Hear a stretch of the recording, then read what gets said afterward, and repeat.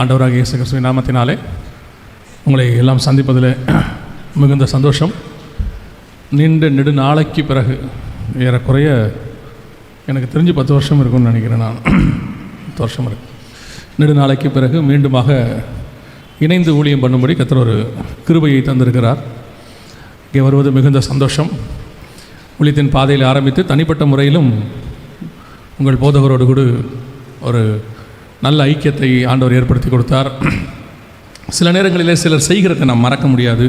நம்ம வாழ்க்கையிலே அது அப்படி பதிந்து போகும். ஒரு சிலர் மாத்திரம், அவர்கள் தான் நம்ம லைஃப்பில் கூடவே ட்ராவல் பண்ணுவாங்க. எப்போவுமே அவங்க நம்ம ரொம்ப பார்க்க மாட்டோம், பேச மாட்டோம்னாலும் சரி, அவங்க செஞ்ச காரியம் நம்மோடு கூட அப்படியே ட்ராவல் பண்ணோம். நான் எப்பவும் சொல்லுவேன், எனக்கு சுவிசேஷன் சொன்ன என் நண்பர் இருக்கிறார். நானும் அவரும் மாதத்துக்கு ஒரு தடவை மீட் பண்ணாலே பெரிய விஷயம். ஆனால் ஏறக்குறைய 35 ஆண்டு காலமாக அவர் சுவிசேஷன் சொன்னதுலேருந்து சொல்கிறேன், அவருக்கும் எனக்குமான ஒரு ஐக்கியம், அவரை மறக்க முடியாது. அவர் அப்படியே நம்ம லைஃப்பில் மாறிடுவார். அந்த மாதிரி ஒரு பர்சன், ஒரு பர்டிகுலர் பர்சன் தான் உங்களுடைய போதகர்.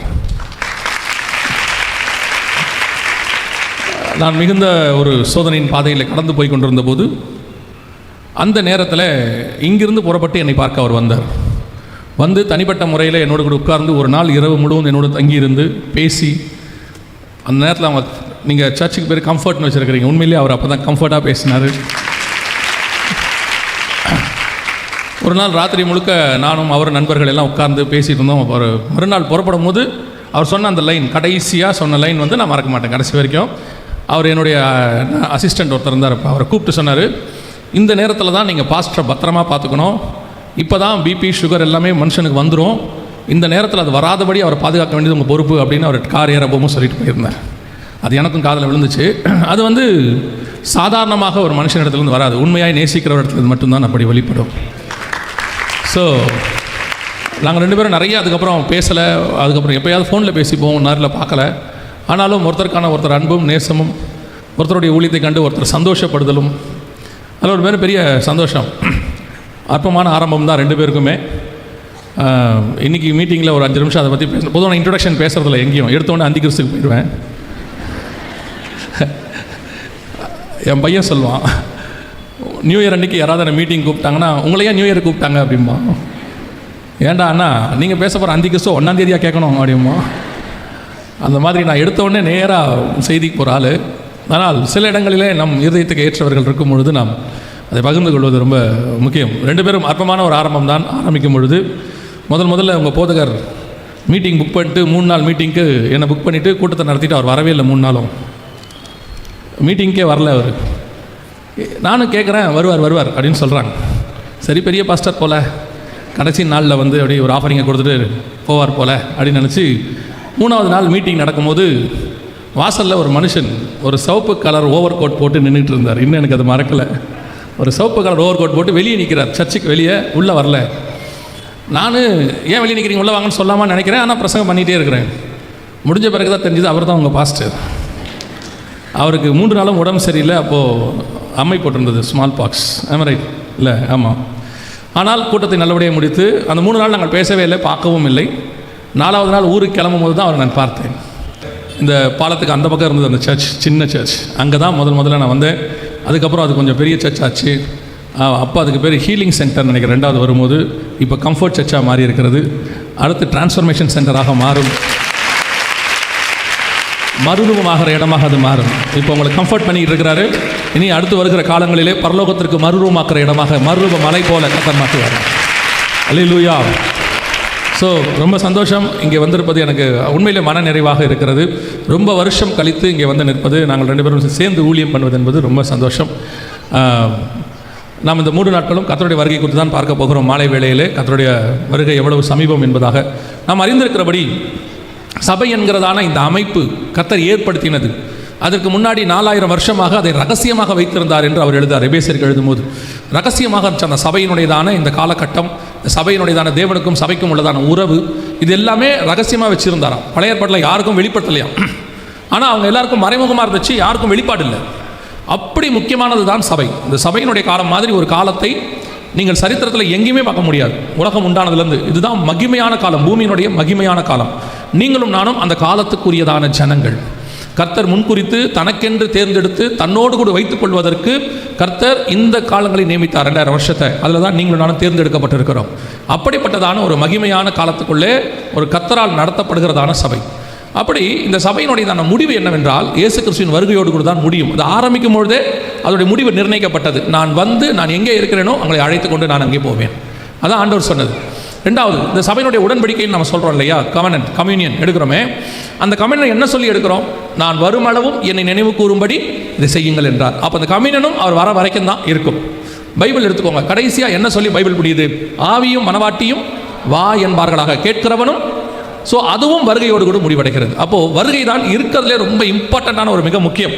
மூல உபதேசங்கள் நிறையா இருக்குது, ரட்சிப்பு, ஞானசானம், அபிஷேகம் எல்லாம் இருக்குது. அந்த வரிசையிலே வருகை தான் கடைசி, ரொம்ப இம்பார்ட்டன்ட். இப்போ சபையினுடைய தரிசனம் அந்த வருகையை நோக்கி தான் இருக்கணும். நான் இயேசு வரும்போது போகணும். அதுக்கு முன்னாடி நீங்கள் என்ன வேணாலும் பண்ணலாம், என்ன வேணாலும் அவருக்காக நீங்கள் என்ன வேணாலும் செய்யலாம், ஓடலாம், உழைக்கலாம், ஊழியம் பண்ணலாம், என்ன வேணாலும் செய்யலாம். ஆனால் ஒரு பக்கம் மைண்ட் என்ன இருந்துகிட்டே இருக்கணும் அப்படின்னா, அவர் வருகையில் நான் போயிடணும், அவ்வளோதான். அதுதான் கடைசி. வருகைக்கு போகாமல் நீங்கள் என்ன பண்ணாலும் வேஸ்ட்டு தான். வருகையில் போகணுங்கிற விஷயத்தோடு நீங்கள் என்ன செய்யணும்? எல்லா வேலையும் செய்யணும். அப்போ அந்த வருகை அப்படிங்கிறது, கிறிஸ்துவினுடைய வருகை என்பது நம்ம எல்லாருக்குமான முடிவு. இப்போ ஏன் நம்ம இதை 3 நாளாக வைக்கிறோம்? ஒரு காலகட்டத்தில் வருகை பற்றின செய்திகள் 3 நாளில் 1 நாள் தான் இருக்கும். முதல் நாள் ரட்சிப்பை குறித்து இருக்கும், 2வது நாள் நீதியை குறித்து, ஞானசானத்தை குறித்து, பாவத்தை குறித்து, பரிசுத்தத்தை குறித்து இருக்கும், 3வது நாள் வருகையை பற்றி இருக்கும். ஆனால் இன்றைக்கி 3 நாட்களும் வருகையை பற்றி நம்ம வைக்கிறோம். ரீசன் என்ன அப்படின்னா, உங்களுக்கு தெரிந்திருக்கும், இந்த ரயில்வே ஸ்டேஷன்லாம் பிளாட்ஃபார்மில் இருக்கும்போது பார்த்தீங்கன்னா, ட்ரெயின் வரத்துக்கு ஒரு 2 மணி நேரம் இருந்துச்சுன்னா, அரை மணி நேரத்துக்கு ஒரு ஒரு அனௌன்ஸ்மெண்ட் கொடுப்பாங்க, ட்ரெயின் வரப்போகுது அப்படின்னு சொல்லுவாங்க. ஆனால் அது வரத்துக்கு ஒரு 5 நிமிஷம் இருக்குதுன்னா அடிக்கடி அனௌன்ஸ்மெண்ட் கொடுத்துக்கிட்டே இருப்பாங்க. அந்த ட்ரெயின் ஒருவேளை பிளாட்ஃபார்மை அப்ரோச் பண்ணுது, ஒரு 200 மீட்டர் 300 மீட்டரில் இருக்குன்னா தொடர்ச்சியாக சொல்லிக்கிட்டே இருப்பாங்க, ட்ரெயின் இந்த பிளாட்ஃபார்மில் வருதுன்னு சொல்லுவாங்க. எப்போ வரைக்கும் சொல்லுவாங்கன்னா, அது நிற்கிற வரைக்கும் சொல்லுவாங்க. அதே மாதிரி தான் வருகை ஒரு காலகட்டத்தில் ஆவியானவருக்கு தெரிந்திருந்தது, அவருக்கு தான் காலங்கள் அறிந்தவர். இப்போ வருகை மிக சமீபம், அப்ரோச்சிங், பிளாட்ஃபார்ம்குள்ளே வர டைம் மாதிரி. அதனால் ஒரு நாள் இருந்த கூட்டத்தை எல்லாம் இப்போ 3 நாளாக மாற்றி இருக்கிறார் ஆண்டவர். இப்போ அனௌன்ஸ் பண்ணப்பட்டு கொண்டே இருக்கிறது. நாங்களும் பார்க்கிறோம், ஏதாவது ஒரு இடத்தில் டெய்லி இயேசுவை பற்றின வருகையை சொல்வதற்கான ஒரு ஓப்பன் டோரை கர்த்தர் கொடுத்துக்கிட்டே இருக்கிறார். நாங்கள் 22 வருஷத்துக்கு முன்னாடி ஊழியத்தை ஆரம்பித்த போது ஒரு மாதத்துக்கு ஒரு 2 ஊழியம் இருந்தால் பெரிய விஷயம். அப்புறம் 3 ஆயிற்று, 4 ஆயிற்று. இப்போது வார நாட்களிலும் போகக்கூடிய அளவுக்கு இந்த வருகை மிக சமீபம் என்பதை நாங்கள் பார்த்து கொண்டே இருக்கிறோம். ஆகவே இந்த வருகைக்கு சபை ஆயத்தப்பட வேண்டும். இந்த வருகையில் சபை தேவனை சந்திக்கிற இடத்துக்கு போக வேண்டும். அதற்கான நம்மை சுற்றி நிறைய அடையாளங்கள் நடக்குது. இந்த அடையாளங்களை தான் வச்சுக்கிட்டு வருகை எவ்வளோ சமீபம் என்பதை நாம் நிதானிக்க முடியும். நாளிகை தெரியாது, நிதானிக்க முடியும். நாளை அல்ல, அவர் வருகை எவ்வளோ சமீபம். இப்போ உள்ளங்கை அளவு மேகத்தை பார்த்த உடனே பெருமழை பொழிய போகிறது என்று சொல்லி எலியா சொன்னது போல, அந்த அடையாளங்களை எல்லாம் நீங்கள் பார்க்கும் பொழுது வருகை எவ்வளவு சமீபம் என்பதை நீங்கள் புரிந்து கொள்ள முடியும். அதுக்கு தான் அந்த அடையாளங்கள். இயேசுவை போய் கேட்குறாங்க, மத்திய 24:3, நம்முடைய வருகைக்கும் உலகத்தின் முடிவுக்கும் அடையாளம் என்ன, எங்களுக்கு சொல்ல வேண்டும் என்று சொல்லி கேட்டார்கள். இயேசு அநேக அடையாளங்களை சொல்லுகிறார். மார்க் 16 சொல்லுகிறது, அடையாளங்களினாலும் அற்புதங்களினாலும் அவர் வேத வாக்கியத்தை உறுதிப்படுத்தினார். இந்த அடையாளங்களை வைத்து எவ்வளவு தூரம் தீர்க்க தரிசனங்கள் உறுதிப்பட்டிருக்கிறது, வருகை சமீபம் என்பதை நீங்கள் புரிந்து கொள்ள முடியும். நாம் இன்னைக்கு 1ஆம் நாளிலே ஒரு மிக முக்கியமான அடையாளத்தை தான் பார்க்க போகிறோம். நாளைக்கு மாலை வேளையிலும் வேறொரு காரியம், நாளைக்கு மறுநாள் ஞாயிற்றுக்கிழமையும் வருகை தாமதிக்குமானால் நாம் இன்னொரு காரியத்தை நாம் பார்க்க போகிறோம். இன்னைக்கு முதலாவதாக ஒரு வசனத்தை, ஒரு மிக முக்கியமான வசனத்தை நாம் வாசிக்க போகிறோம். இதை குறித்து நாங்கள் ஒரு 20 வருஷமாய் சொல்லுகிறோம். இப்போ அதற்கான காலம் வந்து விட்டது. வாசிங்கள், யோவேல் தீர்க்கதரிசன புஸ்தகம், யோவேல் தீர்க்கதரிசன புஸ்தகம் 1ஆம் அதிகாரம் 6வது வசனத்தை வாசிங்கள். 1:6 வாசிங்கள்.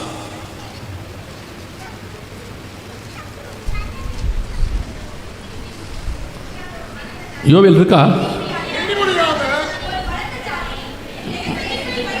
ஒரு நிமிஷம். யாராவது ஒருத்தர் மைக்கில் வாசித்தா எல்லாரும் முடியாத ஒரு பலட்ச ஜாதி என் தேசத்தின் மேல் வருகிறது.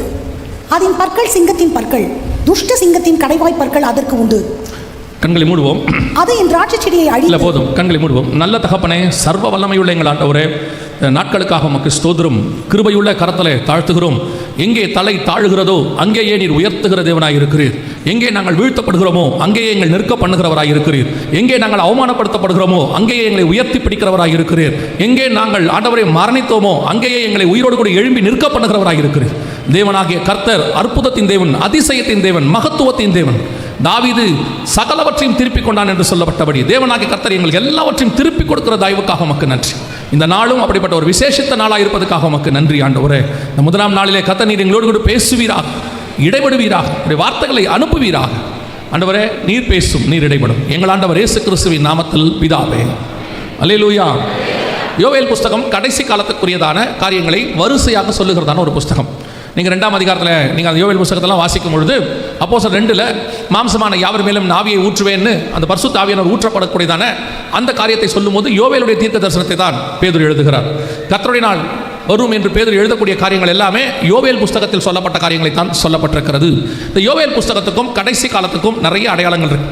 குறிப்பாக இந்த கொரோனா நாட்களில் 2020 பழைய ஏற்பாட்டை வேறு விதமாய், இன்னும் சொல்ல போனால் அதனுடைய உண்மையான விதமாய் தியானிப்பதற்கு கர்த்தர் சொல்லிக் கொடுத்தார். அப்போ அந்த வசனத்தை எல்லாம் தியானிக்கும் பொழுது அந்த பழைய ஏற்பாட்டுக்குள்ளே இந்த தானியேலிலிருந்து மல்கியா வரைக்கும் இருக்கிற அந்த புஸ்தகங்களுக்குள்ளே இயேசு கிறிஸ்துவினுடையதான வருகை குறித்த காரியங்கள், அரசாட்சி, ஆயிடவர்ஸ் அரசாட்சி, இவையெல்லாம் டைம் லைனாக அப்படியே வரிசை கிரமமாக கொடுக்கப்பட்டிருக்கிறதை பார்க்க முடிஞ்சிச்சு. அதில் ஒரு மிக முக்கியமான காரியம்தான் 1ஆம் அதிகாரம் 6வது வசனம். யோவேல் புஸ்தகம், எண்ணி முடியாத ஒரு பலத்த ஜாதி என் தேசத்தின் மேல் வருகிறது, அதன் பற்கள் சிங்கத்தின் பற்கள், துஷ்ட சிங்கத்தின் கடவாய் பற்கள் அதற்கு உண்டு. எந்த இனத்தை பற்றி, எந்த மக்களை குறித்து ஆண்டவர் சொல்லுகிறார்? இதற்கு ஒத்த தீர்க்க தரிசனம் எங்கே இருக்கிறது புதிய ஏற்பாட்டில் அப்படின்னு சொன்னால், வெளிப்படுத்தின விசேஷம் 13ஆம் அதிகாரம் 1வது வசனத்தை வாசிங்கள். வெளிப்படுத்தல் 13:1 வாசிங்கள். வாசிங்க.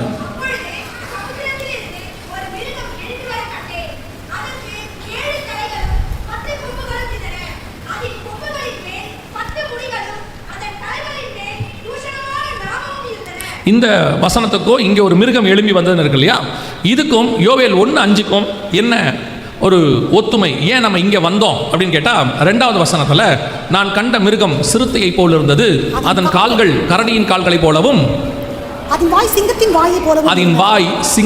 வாயை போலவும் இருந்தது. யோவேல் 1:6 அதற்கு துஷ்ட சிங்கத்தின் பற்கள் வசனம் தெளிவாக சொல்லுகிறது. அப்போ இந்த மிருகம் எண்ணி முடியாத ஒரு பலத்த ஜாதின்னு இருக்கு. இதை ஏன் நீங்க மிருகத்தோடு கூட கம்பேர் பண்றீங்க அப்படின்னு கேட்டீங்கன்னா, தானியேல்ல இதே காரியத்தை 7ஆம் அதிகாரம் 21வது வசனம் முதல் 23வது வசனம் வரைக்கும் ஆண்டவர் சொல்லும் பொழுது அவன் சொன்னது 4ஆம் மிருகம் பூமியிலே உண்டாகும், 4ஆம் ராஜ்யமாம் அப்படின்னு. அதைத்தான் ஒரு பலத்த ஜாதின்னு யோவேல் எழுதுறாரு. அதனுடைய விளக்கத்தை தான் யோவானுக்கு கர்த்தர் வெளிப்படுத்துகிறார். கடைசி நாட்களிலே இஸ்ரவேலுக்கு விரோதமாக ஒரு ராஜ்யபாரம் கடைசி நாட்களில் எழும்பி வர வேண்டும். அது எப்படி இஸ்ரவேலுக்கு விரோதமானு சொல்றீங்க? யோவேல் 1:6 எண்ணி முடியாத ஒரு பலத்த ஜாதி என் தேசத்தின் மேல் வருகிறது அப்படின்னு. அதுவே நீங்க வெளிப்படுத்தல் 13:1 போனீங்கன்னா, சமுத்திரத்திலிருந்து ஒரு மிருகம் சிங்கத்தின் வாயோட எழும்பி வருகிறது. ஆனா எங்க வருது? கடற்கரை மணல்ல அவர் நிற்கிறார். 13:1 வாசிக்கும் பொழுது, பின்பு நான் கடற்கரை மணலில் மேல் நின்றேன். கடற்கரை மணல் என்பது தீர்க்க தரிசனத்தின்படி எதை குறிக்கும் அப்படின்னு கேட்டா, ஓசியாவின் புஸ்தகம் 1ஆம் அதிகாரம் 10வது வசனத்தை வாசியுங்கள். ஓசியாவின் புஸ்தகம் 1ஆம் அதிகாரம் 10வது வசனம். இஸ்ரவேல் புத்திரரின் தொகை அளக்கவும் எண்ணக்கூடாதுமான கடற்கரை மணலை போல் இருந்தது. அப்ப கடற்கரை மணல் என்பது இஸ்ரவேலுக்கு அடையாளமாக இருக்கிறது. இஸ்ரவேல் மத்தியிலே நான் நின்றேன் 13:1 வெளிப்படுத்தல். அப்பொழுது சமுத்திரத்திலிருந்து ஒரு மிருகம், சமுத்திரத்தில் ஒரு மிருகம்னா ஒரு ராஜ்யம் எழும்பி வருகிறது என்று அர்த்தம். தானியேல் 7:21 இது ரெண்டையும் கனெக்ட் பண்ணி தான் யோவேலுக்கு வெளிப்படுத்துகிறார். எண்ணி முடியாத ஒரு பலத்த ஜாதி என் தேசத்தின் மேல் வருகிறது.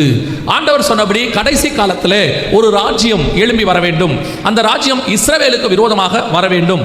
அது நமக்கு அடையாளமாக இருக்கிறது. ஏன்னு சொன்னா 1:6 தான் ஆண்டவர் இப்படி சொல்றாரு. யோவேல் 1:6 எண்ணி முடியாத ஒரு பலத்த ஜாதி எழும்பி வருகிறதுன்னு சொல்றாரு. 1:15 வாசிங்க பார்ப்போம். 1:15 அந்த நாளின் நிமித்தம் ஐயோ கர்த்தருடைய நாள். அப்போ இது வரும்போது கர்த்தருடைய நாள் என்னவா இருக்கிறது? சமீபமா இருக்கிறது. 2:1 வாசிங்க. சீயோனிலே எக்காலம் ஊதுங்கள், என் பரிசுத்த பர்வதத்திலே.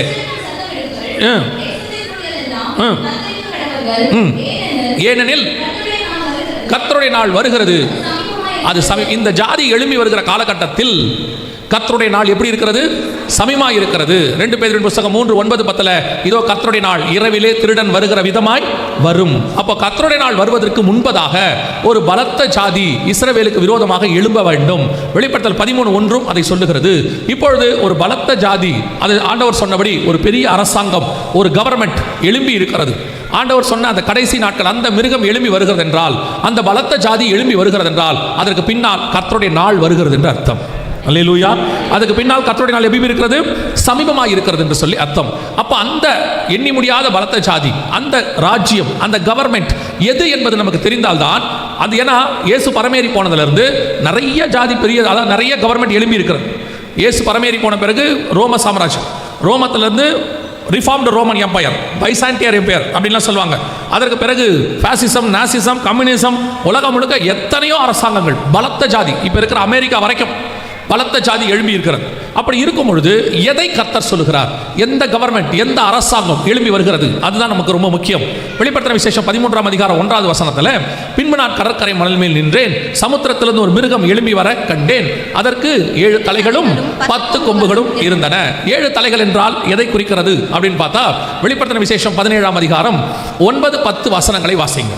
ஞானமுள்ள மனம் இதிலே விளங்கும். அந்த 7 தலைகளும் அந்த ஸ்திரீ உட்கார்ந்திருக்கிற 7 மலைகளாம். அந்த ஸ்திரீ உட்கார்ந்திருக்கிற 7 மலைகளாம். அப்போ அந்த 7 மலைகள் என்பது எதை 7 தலைகள் என்பது எதை குறிக்கிறது? 7 மலைகளை குறிக்கிறது. 10 கொம்புகள் என்பது எதை குறிக்கிறது? அதே வெளிப்படுத்தல் 17-12 வாசிங்க.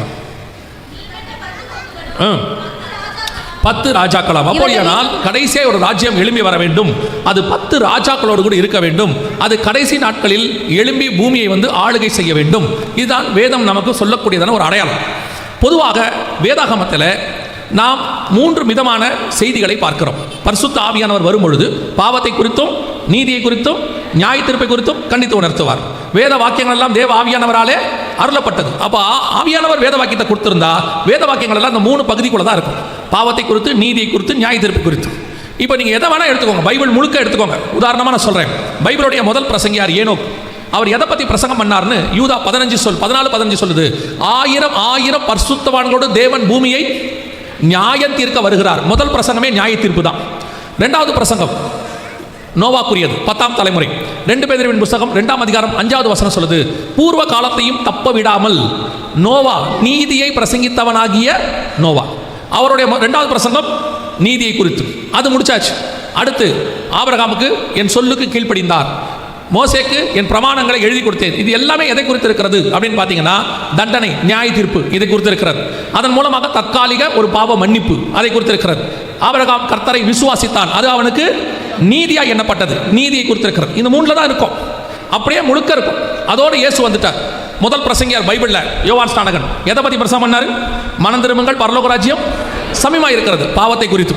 அந்த மனம் திரும்பி அவங்களாம் என்ன எடுத்தாங்க யோவான் ஸ்நானகிட்ட? அது நீதியை குறித்து. இயேசு சொல்றார், இப்போது இடம் கொடு, இது எல்லா நீதிக்கும் ஏற்றதாக இருக்கிறது. அப்படி மனம் திரும்பாதவங்களுக்கு யோவான் ஸ்நானகன் சொன்னது நல்ல கனி கொடாத மரங்கள்லாம் வெட்டுண்டு நியாய தீர்ப்பை குறித்து. அடுத்து இயேசு அவர் தான் பிரசங்கம், மனம் திரும்புங்கள், பரலோக ராஜ்யம் சமமாக இருக்கிறது. நீங்கள் பைபிள் முழுக்க எடுத்துக்கொள்ளுங்க, பாவத்தை குறித்து, நீதியை குறித்து, நியாய தீர்ப்பை குறித்து. இது 3 தான் இருக்கும். பாவத்திலிருந்து விடுபட்டா என்ன ஆசீர்வாதம், நீதிக்கு கீழ்ப்படிந்தால் என்ன ஆசீர்வாதம், நியாய தீர்ப்பில் நீங்கள் சக்சஸ்ஃபுல்லாக ஜெயம் பெற்றால் என்ன ஆசீர்வாதம், எல்லாம் பைபிள் இருக்கு. இந்த 3 பேஸ் பண்ணி தான் பைபிள் இருக்கு. ஆனால் இன்னைக்கு கடைசி காலத்தில் சபை இந்த 3ஐயும் விட்டுடுது. நான் எல்லா சபையும் சொல்லலை, ஒரு 95% சபை அப்படி போயிடுச்சு.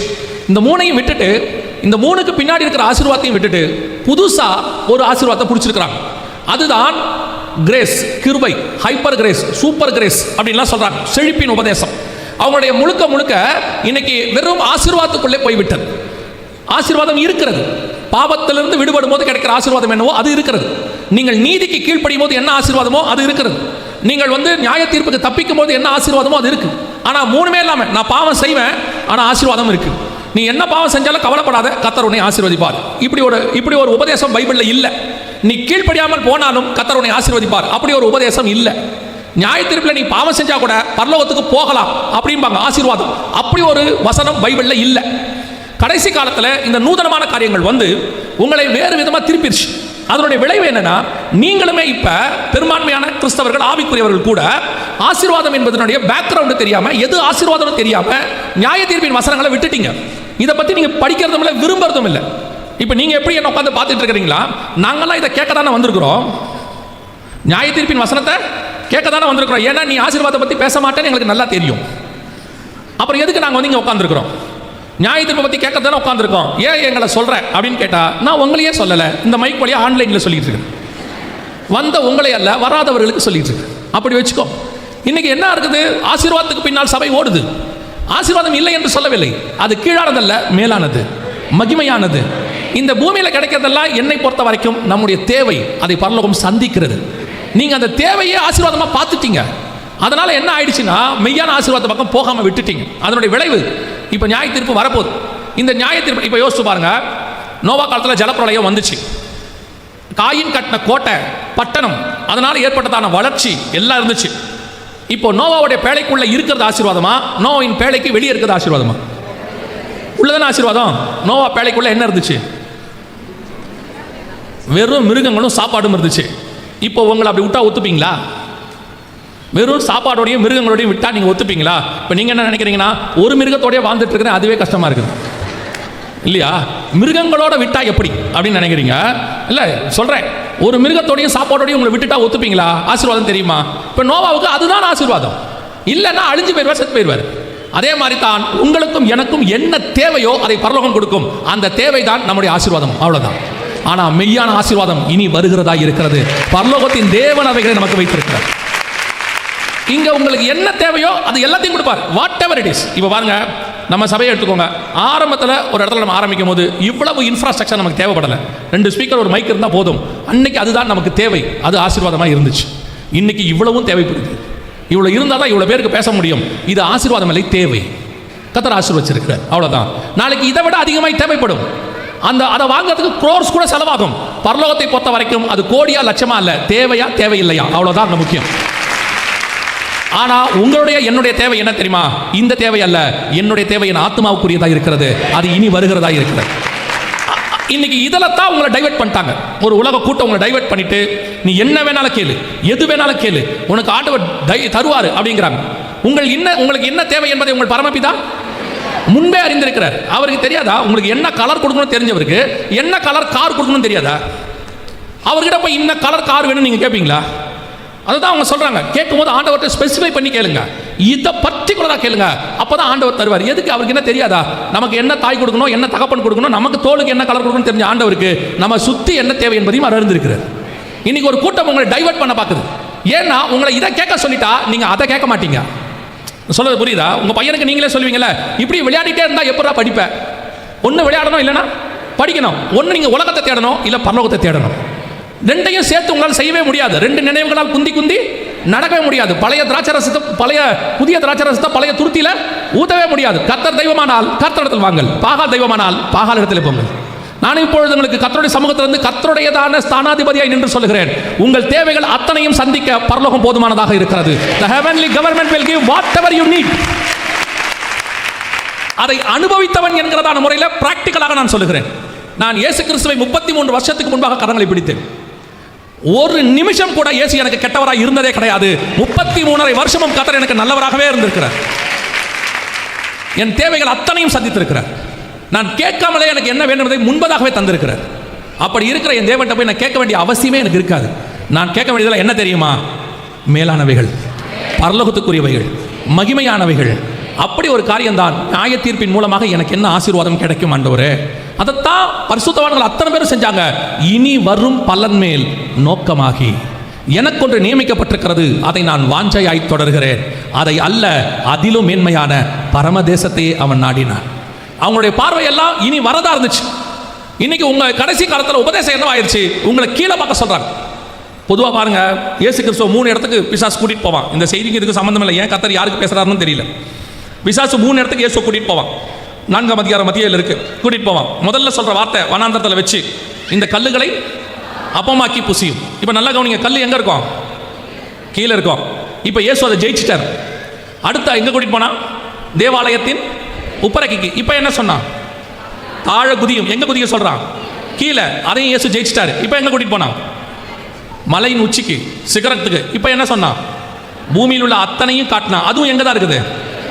பிசாசு எப்பவுமே கீழானவைகளை குறித்து தான் பேசுவான், கீழானவைகளை குறித்து தான் காண்பிப்பான், கீழான உள்ள ஆசீர்வாதங்களை உங்களுக்கு சொல்லுவான். ஆனா இயேசு எப்பவுமே வானத்தை நோக்கி, பிதாவை நோக்கி, அவருடைய பார்வை முழுக்க உதவி வரும் கண்மலையை நோக்கி இருக்கும். நீங்கள் ரொம்ப சிம்பிளா ஒரு உபதேசத்தை கண்டுபிடிச்சிடலாம். கர்த்தரிடத்துல வந்ததா, பிசாசுகிட்ட வந்துச்சா? கீழானவைகளை குறித்து உங்களை நோக்க சொன்னால் அது பிசாசுகிட்ட வந்தது. மேலானவைகளை குறித்து நோக்க சொன்னால் அது கர்த்தரிடத்திலிருந்து வந்தது. அல்லேலூயா. ஆண்டவர் உங்களுக்கு மேலான ஆசீர்வாதங்களை வைத்திருக்கிறார், மகத்துவமானவைகளை வைத்திருக்கிறார். அவைகளை சந்திக்கிற நேரமும் வந்துடுச்சு. அதை கொடுக்கிற காலம் நமக்கு நெருங்கிடுச்சு. அப்போ இந்த கடைசி காலத்தில் கர்த்தர் சொன்ன அந்த ராஜ்யம் எழுப்பி வர வேண்டும் என்று கர்த்தர் சொன்ன அந்த ராஜ்யம் நம் கண்களுக்கு முன்பாக எழும்பி இருக்கிறது. இந்த தீர்க்கதரிசனம் நடக்கணும்னா, நல்லா கவனிங்க, இந்த தீர்க்கதரிசனம் நடக்கணும்னா முதல்ல இஸ்ரவேல்னு ஒரு தேசம் இருக்கணும். இருந்தா தானே நடக்கும். இல்லைன்னா நடக்காதுல்ல. இப்போ நம்ம கண்ணுக்கு முன்னாடி என்ன இருக்கு? இஸ்ரவேல்னு ஒரு தேசம் இருக்கு. 1948 வரைக்கும் அப்படி ஒரு தேசமே கிடையாது. அப்படின்னா இந்த தீர்க்கதரிசனம் 1948க்கு பிறகுதான் நடக்கணும், அதுக்கு முன்னாடி நடக்காது. ஏன்னா இஸ்ரவேலுக்கு விரோதமாக தானே எழும்பி வரணும். இஸ்ரவேல்னு ஒன்று இருந்தால் தானே எழும்பியே வரும். இஸ்ரவேலுங்கிற தேசம் உருவானது 1948 மே மாதம் 14 அப்போ இந்த வசனம் தீர்க்கதரிசனம் நடக்கணும்னா அதுக்கு பின்னாடி தான் நடக்க ஆரம்பிக்கணும். 1951 10 நாடுகள் கூட்டமைப்பு ஃபார்ம் ஆச்சு. 10 கொம்புகள். வெளிப்படுத்தல் 13:11. கர்த்தர் சொன்னபடி துல்லியமாக ஆண்டவர் சொன்ன தீர்க்க தரிசனங்கள் நிறைவேறுச்சு.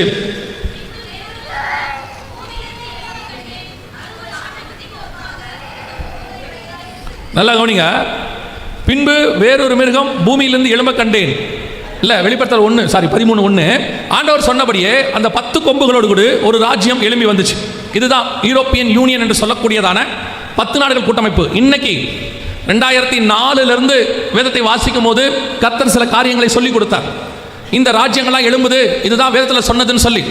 அப்பொழுது இதை சிலர் பரியாசம் பண்ணினார்கள், ஒரு சிலர் இல்லை என்று சொன்னார்கள். அப்படி வாய்ப்பு இல்லை அப்படின்லாம் சொன்னாங்க. ஆனால் கொஞ்சம் கொஞ்சமாக கர்த்தர் சொன்ன வார்த்தைகள் தீர்க்க தரிசனங்கள் விவரிக்க ஆரம்பித்தார், விஸ்தாரமாகச்சு. அதனுடைய விளைவாக ஒவ்வொரு காரியமும் நடக்க ஆரம்பித்தது. வேதத்தில் சொன்னது சொல்கிறேன், நாங்கள் சொன்னதில்லை, நாங்கள் தீர்க்கதரிசியும் அல்ல, தீர்க்கதரிசியின் புத்திரனும் அல்ல. அந்த வேதத்தில் சொல்லப்பட்ட தீர்க்க தரிசனங்கள் ஒவ்வொன்றாக நடக்க ஆரம்பித்தது. ஆண்டவர் சொன்னபடி ஜனங்கள் மத்தியிலிருந்து ஒரு சாம்ராஜ்யம், 10 நாடுகள் கூட்டமைப்பு அப்படியே சொல்லி வச்ச மாதிரி துல்லியமாக எழும்பி வந்தது. இந்த ராஜ்யம் எழும்பி வருவதை குறித்து இன்னும் ஒரு இடத்துல ஆண்டவர் மிக தெளிவாக சொல்லுகிறார். வாசியுங்கள், வெளிப்படுத்தின விசேஷம் 6ஆம் அதிகாரம் 2வது வசனத்தை வாசியுங்கள். 6:2. யாராவது ஒருத்தர் பார்க்குறீங்களா? வரிசையா எல்லாரும் பார்க்குறாங்க.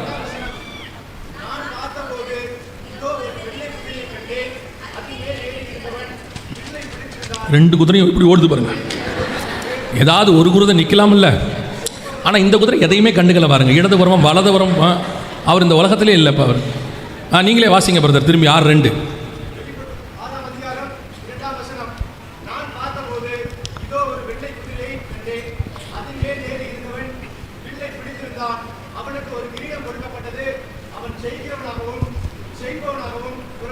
இது யாரை பற்றி சொல்லப்பட்டிருக்கு? அந்த கவர்மெண்ட் எழும்பி வரதை பற்றி சொல்லியிருக்கு. அதுதான் தானியேல் நம்ம வாசிக்கிறது. அதே தான் யோவேல் 1:6, அதே தான் வெளிப்படுத்தல் 13:11. ஒவ்வொரு இடத்துலையும் ஒவ்வொரு பார்ட்டாக சொல்லி வச்சிருக்கிறார். இப்போ இந்த 6:1 6:2 சொல்லப்பட்டிருக்கிற இந்த காரியம் என்னவென்று சொன்னால், ஒரு வெள்ளை குதிரையை கண்டேன். குதிரைனா என்ன? நான் சொல்ல எழுதிக்கோங்க, நேரம் இருக்காது, நீங்கள் அப்புறம் வீட்டில் போய் படிச்சுக்கொள்ளுங்க. ஏன்னா உங்களை படிக்க சொன்னால் வேறு நீங்கள் அத்தனை பேரும் போட்டி போட்டு நல்லா படிக்கிறீங்களா, சரியாக கேட்க மாட்டேங்குது எனக்கு. அதனால் யாரோ ஒருத்தர் மைக்கில் வாசிச்சா நல்லாயிருக்கும். கவனிங்க, 6:2 இது இருக்குது. இது எதை குறிக்குதுன்னா, அந்த குதிரை என்பது எதை குறிக்குதுன்னா, சகரியா 6:4-5 குதிரை என்பது கர்த்தருடைய ஆவி, கர்த்தர் அனுப்புகிறதான ஆவி. கர்த்தருடைய ஆவியில் கர்த்தர் அனுப்புகிறதான ஆவி. ஏறக்குறைய 4 விதமான ஆவிகளை குறித்து அங்கே சொல்லப்பட்டிருக்கிறது. இது கடைசி காலத்தில் ஒரு எதிர்மறையான அரசாங்கம், ஆன்டி கிரைஸ்ட் கவர்மெண்ட் என்று சொல்வார்கள். அந்த ஆவி பூமியிலே கிரியை செய்ய தொடங்கும். ஆன்டி கிரைஸ்ட் கவர்மெண்ட் நல்லா தெரிஞ்சுக்கொள்ளுங்க. அந்தி கிறிஸ்து என்பது ஒரு மனுஷன் வருவான், ஆனால் அவன் மேல் அந்த ஆவி இறங்கின பிறகுதான் அவன் அந்தி கிறிஸ்துவாக வெளியே தெரிவான். இப்போ நீங்களும் நானும் இருக்கிறோம், நமக்குள்ள ஆவியாத்ம சரீரம் இருக்கு.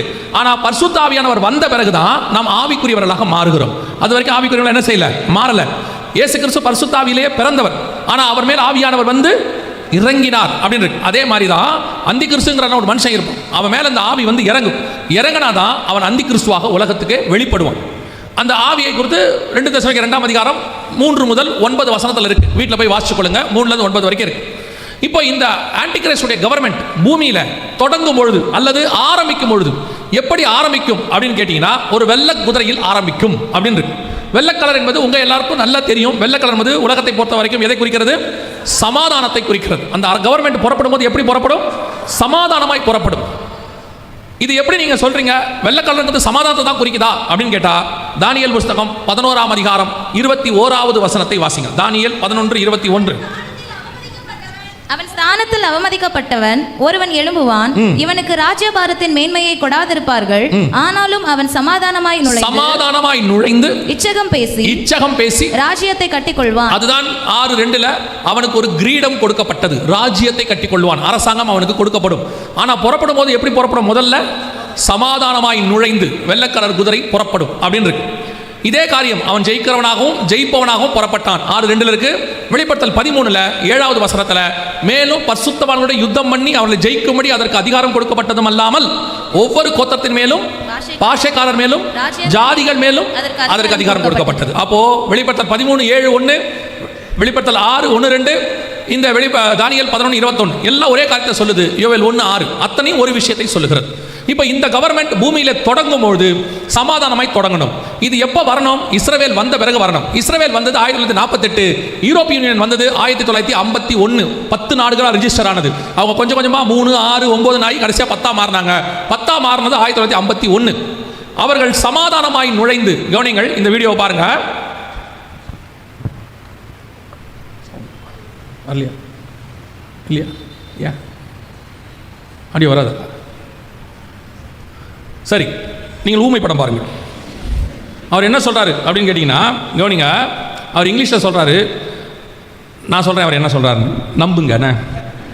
இன்னும் கொஞ்சம் பேர், ஏன்னா நம்மளாம் தோமா மூலிமா சுவிசேஷம் கேட்டு வந்தவங்க, கொஞ்சம் சீக்கிரத்தில் நம்ப மாட்டோம் நம்மளால். அவர் என்ன சொல்கிறாருன்னா, 2012க்கான சமாதானத்துக்கான நோபல் பரிசு ஐரோப்பியன் யூனியனுக்கு வழங்கப்படுகிறது அப்படின்னு சொல்கிறார். 2012 the Nobel Prize awarded to European Union அப்படின்னு சொல்கிறார். இதில் என்ன ஆச்சரியம்னு கேட்டிங்கன்னா, இந்த சமாதானத்துக்கான நோபல் பரிசு இதுவரைக்கும் எந்த அரசாங்கத்துக்கும் கொடுக்கப்பட்டதே கிடையாது. இதுவரைக்கும் மனுஷனுக்கு தான் கொடுக்கப்பட்டிருக்கு. மனுஷனுக்கு மட்டும்தான் தருவாங்க.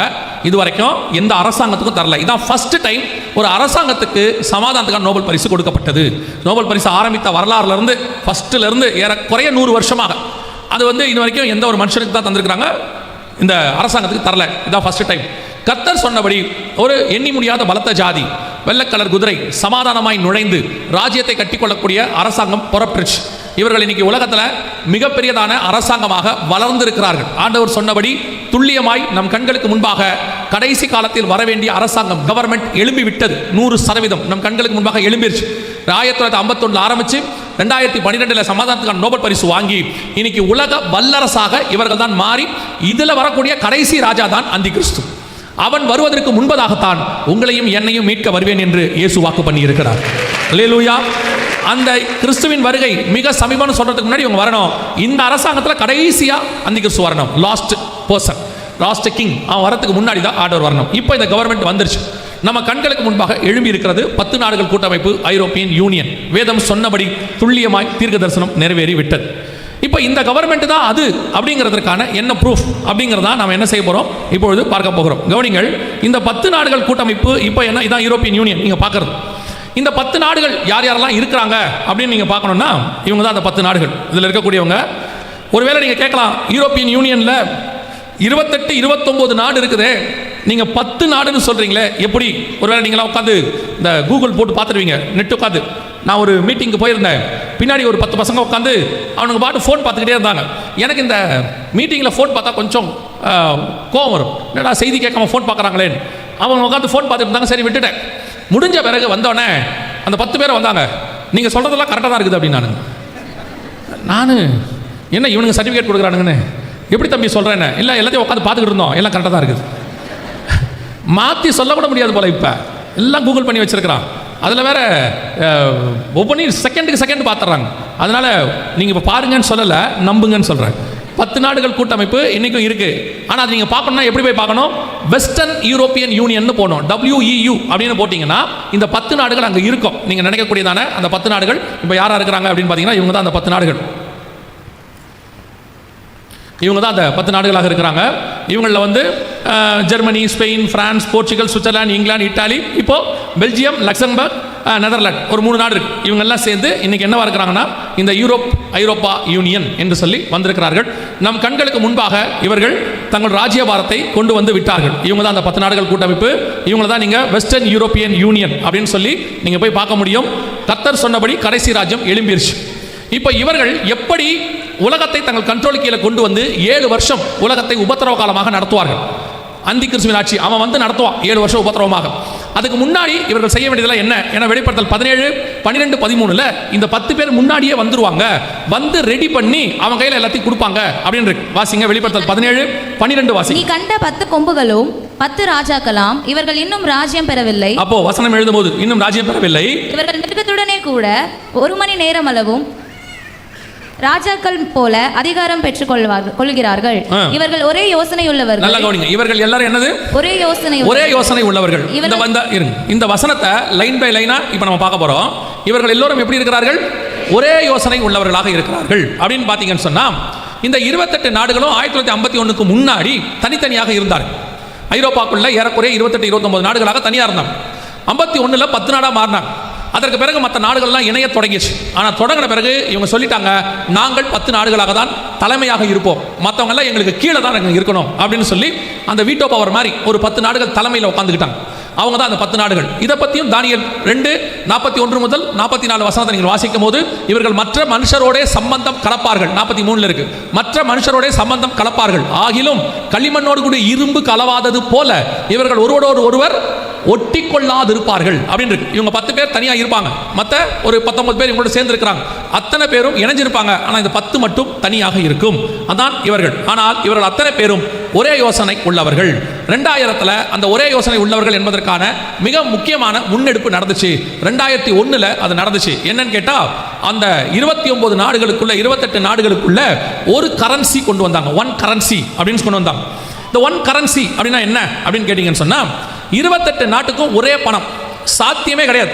இப்போ இந்தியாவும் ஸ்ரீலங்கா பாகிஸ்தான் 3 பேரும் ருபீஸ் அதான் யூஸ் பண்றோம். ஆனா இந்தியா ருபீஸ் வேல்யூ ஜாஸ்தி. ஸ்ரீலங்கா நம்மளை விட 3.5 மடங்கு கீழே இருக்குது. பாகிஸ்தான் 1.5-2 மடங்கு கீழே இருக்குது. ஆனால் 3மே ருபீஸ் தான் பேர்.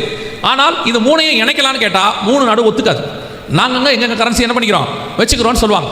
ஆனால் இந்த 28 நாடுகளும் வெவ்வேறு நிலையில் இருந்தவங்க. ஒரு பிரான்ஸோடைய ஃப்ராங்க்னு சொல்லுவாங்க, அப்புறம் ஜெர்மனியில் வந்து மார்க்கும்பாங்க, இட்டாலியில் ரூஃபுல்னு சொல்லுவாங்க. இவங்க எல்லாம் ஒவ்வொரு காலகட்டத்தில் இருந்தவங்க, வெவ்வேறு வேல்யூ. ஆனால் இவங்க அத்தனை பேரும் சேர்ந்து ஒத்துக்கிட்டாங்க, நாங்கள் ஒரே வேல்யூவாக ஒரு பணத்தை உண்டாக்க ரெடியாக இருக்கிறோம் அப்படின்னு சொல்லி. அதான் 2001 நடந்துச்சு. இவர்கள் ஒரே யோசனை உள்ளவர்கள். இதை வந்து நீங்கள் கற்பனை கூட பண்ண முடியாது, கற்பனையே பண்ண முடியாது. இப்போ நம்ம மாநிலங்களுக்குள்ளேயே பாருங்க, எல்லாருக்கும் ஒரே காரியத்தை கொண்டு வருவதற்கு மத்திய அரசாங்கம் அவங்க என்னதான் முயற்சி பண்ணாலும் ஒவ்வொருத்தரும் ஒவ்வொரு விதமான கல்ச்சர்லேருந்து வந்திருக்கிறோம். ஒவ்வொருத்தருக்கும் ஒவ்வொரு பேக்ரவுண்ட் இருக்கு. நம்மளால ஒன்றா இணைஞ்சு என்ன செய்ய முடியாது, பண்ண முடியாது, சாத்தியம் கிடையாது. ஆனால் இவர்கள் அப்படி அல்ல, ஒரே யோசனை உள்ளவர்கள். 28 நாடு, 28 கல்ச்சர், 28 பாரம்பரியம், பின்புலம், மணி வேல்யூ, ஏற்ற காரியங்கள் எல்லாம் இருக்கு. இதில் சில காரியங்கள்லாம் எக்கானமிலே பயங்கர ஸ்ட்ராங், சில நாடுகள் எக்கானமி ஒன்றுமே கிடையாது. ஆனாலும் இவர்கள் ஒன்றாக இருப்பதற்கு ஒத்துக்கொண்டார்கள். ஒரே யோசனை உள்ளவர்கள். வேதம் சொன்னபடி இந்த ஒரே யோசனை உள்ளவர்கள் வந்துட்டாங்க. அது மட்டுமல்ல, இவங்களுக்குள்ள 28 நாட்டுக்கும் ஒரே எல்லை, பவுண்டரி. இப்போ பாருங்க, நம்ம வண்டி இருக்குது, தமிழ்நாடு வண்டி. கர்நாடகாக்குள்ளேயே கேரளாக்குள்ளேயே போனீங்கன்னா அங்கே இருக்கிறவங்க நம்ம கொடுக்குற மரியாதையே வேற மாதிரி இருக்கும். தமிழ்நாடு வண்டியை பார்த்தா ஒரு மாதிரி மோதிர மாதிரி தான் வருவாங்க. நம்ம பண்ணுறதில்ல அது. இங்கே நான் நிறைய மாநிலங்களுக்கு போகிறதுனால சொல்கிறேன், அந்தந்த மாநிலத்துக்கு போனால் அந்தந்த வாகனத்துக்குன்னு ஒரு தனி மரியாதை. அவங்க மற்றவங்களுக்கு ஒரு மரியாதை கொடுக்க மாட்டாங்க, யூஸ்வல். ஏன்னா நீ எங்கள் எல்லையை தாண்டி வராத. ஒரு ஆற்று தண்ணி ஒரு எல்லையை தாண்டி வரதுக்குள்ள அது படுற பாடு என்னன்னு உங்களுக்கு எனக்கும் தெரியும் இல்லையா? அதுவே தாண்டி வரதுக்கு எவ்வளோ கஷ்டப்படுது. 28 நாட்டுக்கும் ஒரே எல்லை, ஒரே பவுண்டரி. எங்கேயும் நிறுத்தி கேட்க மாட்டாங்க. நாங்கள் ஊழியத்துக்காக ஜெர்மனிக்கு போயிருந்த போது அடுத்து பிரான்ஸுக்கும் டென்மார்க்கெல்லாம் போக வேண்டியது. எந்த இடத்துக்கு போகும்போது எங்கேயும் நிறுத்தி அவங்க கேட்கவே இல்லை. வெளிநாட்டுக்காரங்களாக இருந்தால் ஒரு விசா தான். மொத்த ஐரோப்பாவுக்கும் ஒரே விசா, ஷெங்கன் விசா. எடுத்துகிட்டு நீங்கள் எங்கே வேணாலும் ட்ராவல் பண்ணலாம். அதுவும் ஐரோப்பாக்காரங்களாக இருந்தால் விசா கூட கிடையாது, பாஸ்போர்ட் கையில் இருந்தால் போதும், தே கேன் ட்ராவல். ஒரே எல்லை. இதெல்லாம் சாத்தியமானு யோசித்து பாருங்க. இது இந்த காலகட்டத்தில் அதுவும் சாத்தியமா? இவங்க எல்லாம் வெவ்வேறு மொழிக்காரங்க. பிரான்ஸ் பிரெஞ்சு பேசுகிறவங்க, இத்தாலிக்காரங்க லத்தீன் பேசுகிறவங்க, ஜெர்மனி வேற மொழி பேசுகிறவங்க. இவங்க அத்தனை பேரும் ஒரே பவுண்டரி, நாங்கள் ஒன்றா இருக்கிறோன்னு ஒத்துக்கிறாங்க. இது கேட்கறதுக்கு வேணால் ஈஸியாக இருக்கும், நடக்கிறதுக்கு நடைமுறையில் சாத்தியமே கிடையாது. ஆனால் நடந்திருக்குது. இப்போவும் சொல்லுவேன், இந்த பூமியில் மனுஷங்க ஒரு விஷயத்தை அக்செப்ட் பண்ணுறாங்க, ஒரு விஷயத்தை எதிர்க்கிறாங்கன்னா அதுக்கு கர்த்தர் துணை இல்லாமல் நடக்காது. நான் சொல்றது புரியுதா? எப்படிங்க? கர்த்தர் தம்முடைய வார்த்தையை நிறைவேற்றுறதுக்காக மனுஷனை எப்படி வேணாலும் திருப்புவார். அவர் நினைச்சார்னா பார்வோன் இருதயத்தை கடினப்படுத்துவார். அவர் நினைச்சார்னா நேபுகாத்நேச்சாரின் இருதயத்தை மனுஷ இருதயமாய் மாற்றுவார். எனக்கு ஒரு மூத்த ஊழியர் சொல்லி கொடுத்தார் நாகர்கோயிலில்.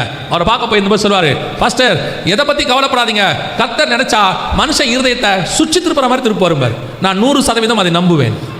அப்படியே 100%. நீங்கள் என்ன வேணாலும் ஓட்டு மிஷின் வச்சுக்கோங்க, என்ன வேணாலும் ஓட்டு போடுறத பேப்பர் வச்சுக்கோங்க, என்ன வேணாலும் தேர்தல் முறையை மாற்றிக்கோங்க. இப்பவும் சொல்லுவேன், கர்த்தர் எவனை ராஜாவாக்க வேண்டும் என்று வைத்திருக்கிறாரோ அவன் பக்கம் மக்கள் இருதயத்தை திருப்புகிறவர் அவர்தான். அவர் மிஷின் எல்லாம் கை வைக்க மாட்டார். நான் ஒருத்தர் சொன்னார், தீர்க்க தரிசனம் ஒன்று சொல்லிட்டார், நடந்தது மாற்றி நடந்துருச்சு. கர்த்தர் சொன்னார்னு ஒரு தீர்க்க தரிசனம் என்ன பண்ணிட்டாரு, சொல்லிட்டாரு, நடந்தது மாற்றி நடந்துருச்சு. அப்போ அவரை கேட்டாங்க, நீங்கள் சொன்னதுக்கு மாற்றி நடந்துச்சே, கர்த்தர் சொன்னபடி தான் ஜனங்க ஓட்டு போட்டாங்க, ஆனால் இவங்க மிஷினை மாற்றிட்டாங்க. கர்த்தருடைய வார்த்தையை விட மிஷின் பவர்ஃபுல் ஆயிடுச்சு. புரியுதா? இப்போ நான் ஆண்டவர் எனக்கு உணர்த்தினது என்னென்னா, சில நேரங்களில் அது துன்மார்க்கரோ சன்மார்க்கரோ, அது பரிசுத்தவானோ நீதிமானோ அநீதிமானோ அதெல்லாம் தெரியாது. யாரை கர்த்தர் கொண்டு வரணும்னு ஆண்டவர் வச்சிருப்பார். சில நேரத்தில் யெகூவையும் கொண்டு வருவார், சில நேரத்தில் ஆசகேலையும் கொண்டு வருவார், சில நேரத்தில் தாவீதையும் கொண்டு வருவார், சில நேரத்தில் சவுலையும் கொண்டு வருவார். அந்தந்த நேரத்தில் எவனை கொண்டு வந்தால் என்ன பண்ண முடியும்னு கர்த்தருக்கு தான் தெரியும். ஏன்னா அவருக்கு அவர் வார்த்தை நடக்கணும், தீர்க்கத்தை நிறைவேற்றணும். அதனால ஆண்டவர் எவனை வேணாலும் கொண்டாடுவார், அவர் கொண்டாந்துருவார். அப்படி கொண்டாடுறதுக்கு கர்த்தர் மிஷினில் கை வைப்பாரா இல்லை ஓட்டு சீட்டில் கை வைப்பாரா? எங்கேயும் கை வைக்க மாட்டார். அப்படி கொண்டு வருவதற்கு மனுஷங்க இருதயத்தில் கை வைப்பார். அவர் போய் எவனுடைய இருதயம் ஏவராரோ அதன்படி தான் அவன் செய்வான். என்னை பொறுத்த வரைக்கும் நாம் எல்லாம் ஆர்டிஃபிஷியல் டெக்னாலஜி மனுஷங்க படைக்கும் போதே நமக்கு கடலை கொடுக்குற மேலே ஒருத்தர் உட்காந்துருக்கிறார். அவர் சொல்கிறபடி தான் நடக்கும். அதனால தான் நான் என்ன சொல்கிறேன்னா, நீங்கள் யார் வருவார்லாம் தீர்க்க தரிசனம் சொல்லாதீங்க.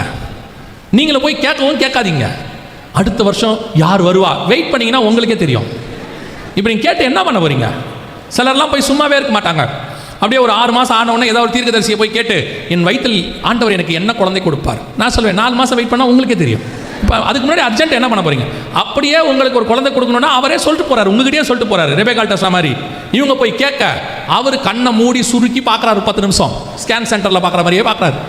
அப்படி ஒரு தீர்க்கதரிசி சொல்லிட்டார். அப்படியே கண்ணை மூடி சுருக்கி அப்புறம் கடைசியாக சொன்னார், பிள்ளை குப்புறப்படுத்துறதுக்கு என்னன்னே தெரிலன்ட்டார். அப்படி ஒரு தீர்க்கதரிசனம் உங்களுக்கு தேவையா? தேவையில்லை தானே. அப்போ ஒரு தீர்க்கதரிசி எனக்கு பர்சனலாக எனக்கு தெரிஞ்ச ஒருத்தர்கிட்ட சொல்லிட்டார், யோசேப்பை போல உனக்கு ஒரு ஆண் மகனை கர்த்தர் தருகிறார் அப்படின்ட்டு. பிறந்தது பெண். இப்போ அவரை போய் கேட்டாங்க, என்ன பிரதர் யோசேப்புன்னு சொன்னீங்க, பெண் குழந்தை பிறந்திருக்க, ஜோசஃபின்னு வச்சுக்கோ, ஜோசஃபின்னா மாற்றி அவ்வளோதானே முடிஞ்சிருச்சுன்னார். இந்த மாதிரி தீர்க்க தரிசனம் உங்களுக்கு தேவைப்படாது. அந்த மாதிரி நல்ல தீர்க்க தரிசியை கெடுக்கிறது யாருன்னா நீங்கள் தான். சும்மா இருக்கிறவரை போய் சொரண்டாதீங்க, ஆண்டவர் என்னை பற்றி என்ன சொல்கிறாரு அப்படிலாம் கேட்காதீங்க. அதினத்தின் காலத்தில் அவர் நேர்த்தியாய் செய்வார். உங்களுக்கு பர்சனலி ஒரு விஷயம் தேவைப்படுதுன்னா நான் சொல்கிறேன், இருக்கிறதுலேயே பெஸ்ட் தீர்க்கதரிசி பரிசுத்த ஆவியானவர் உங்களுக்குள்ளே இருக்கிறார். வரும் காரியங்களை குறித்து பேசுவார். இருக்கிறதுலேயே பெஸ்ட் தீர்க்கதரிசன புஸ்தகம் கையில் இருக்கிற பரிசுத்த வேதாகமம். இதை மாதிரி சமயத்துக்கு ஏற்ற வார்த்தையை கொடுக்குற ஆண்டவர் உலகத்திலே யாரும் கிடையாது. நீங்கள் அதையும் விட்டுறீங்க, பைபிளையும் விட்டுறீங்க, ஆவியானவர்ட்டையும் கேட்கறதில்ல. சரி அது கூட முடியல, நேராக சர்ச்சுக்கு வந்துருங்க, இங்கேயாவது வந்து உட்காருங்க. இங்கேயாவது ஆவியானவர் உங்களோடு கூட பேச வல்லமை உள்ளவராக இருக்கிறார். ஏன்னா சபையில் ஆவியானவர் சொல்லுகிறதை காது உள்ளவன் இங்கேயாவது கர்த்தர் பேசுவார். இல்லைங்க சபைக்கு ஒரு சிலருக்குலாம் ஒரு பெரிய கிருபை இருக்குது, இல்லைங்க நான் சபைக்கு போனால் எனக்கு தூக்கமாக வருதுங்கிறான். அது ஒரு பெரிய ஆசீர்வாதம். அது எப்படி நடக்குதுன்னு எனக்கும் தெரியல. இல்லை அது எப்படி குளிச்சு ரெடியாகி பவுடர் போட்டு உங்களுக்கு இங்கே வந்து தூக்கம் வருது? அதுவும் பெந்தகோஸ்தே சபைக்குள்ளே எப்படி தூக்கம் வருது? ஆரம்பித்த நிமிஷத்துலேருந்து முடிகிற வரைக்கும் சவுண்டு போட்டுக்கிட்டே இருக்கிறோம். சில சபைகளையாவது நடுவில் சவுண்ட் இருக்காது, நாங்கள் விடாமல் போடுறோம். நடுவில் வேற அல்லேலூயா சொல்லு. இதுக்கு நடுவில் ஒரு ஆள் தூங்குது பாருங்க. இல்லை சிலர்லாம் சொல்கிறாங்க எனக்கு சவுண்டு கேட்டால் தூக்கமே வராதுன்னு. இவங்க எப்படி இங்கே கூட்டு வரணும், வந்து காட்டணும். பாருங்கள், ஒரு அம்மா வந்து ஒரு பாஸ்டர் கிட்ட சொன்னாங்களா, புதுசாக வந்திருக்காங்க சர்ச்சுக்கு. ஐயா ஒருத்தர் சொல்லி தான் இந்த சர்ச்சுக்கு வந்தேன், கர்த்தர் எனக்கு பெரிய ஹீலிங் பண்ணிட்டாரு, என் வியாதி சுகமாயிடுச்சு, எனக்கு ஒரு சாட்சி சொல்ல நேரம் கொடுங்க. அந்த அம்மாவை எழுந்திரிச்சு மைக்கு, பாஸ்டரும் புதுசாக வந்திருக்காரு மைக்கு கொடுத்துட்டார். அந்த அம்மாவை எழுந்திரிச்சு நான் வந்தேன், கர்த்தர் எனக்கு பெரிய சுகத்தை கொடுத்தாரு, கர்த்தருக்கு சோத்திரம்னு. சும்மா இல்லாமல் பாஸ்டர் எதுலேருந்து சுகம் கொடுத்தாருன்னு சொல்லுங்கம்மா அப்படின்னு சொல்லியிருக்காரு. இப்போ அந்த அம்மா சொல்லியிருக்கு, எனக்கு 20 வருஷமாக தூக்கமே வராது, எல்லா டாக்டரையும் பார்த்துட்டேன், எவ்வளவோ செஞ்சுட்டேன், எனக்கு தூக்கமே வரல. ஐயா பிரசங்கம் பண்ண ஆரம்பிச்சாரு, அப்போ தூங்கினவன் தான் நான். ஐயா முடிக்கும் போது தான் எழுந்திரிச்சேன், இனி வாரம் இங்கே தான் வருவேன்னு சொல்லிச்சு. எதுக்கு சொல்கிறேன், இந்த மாதிரி நீங்கள் சபையில் வந்து தூங்கினா கூட நான் சொல்கிறேன், ஒருவேளை தூங்கிட்டீங்கன்னா கூட சொப்பனத்திலேயாவது ஆவியானவர் உங்களோடு கூட பேச வல்லமை உள்ளவராக இருக்கிறார்.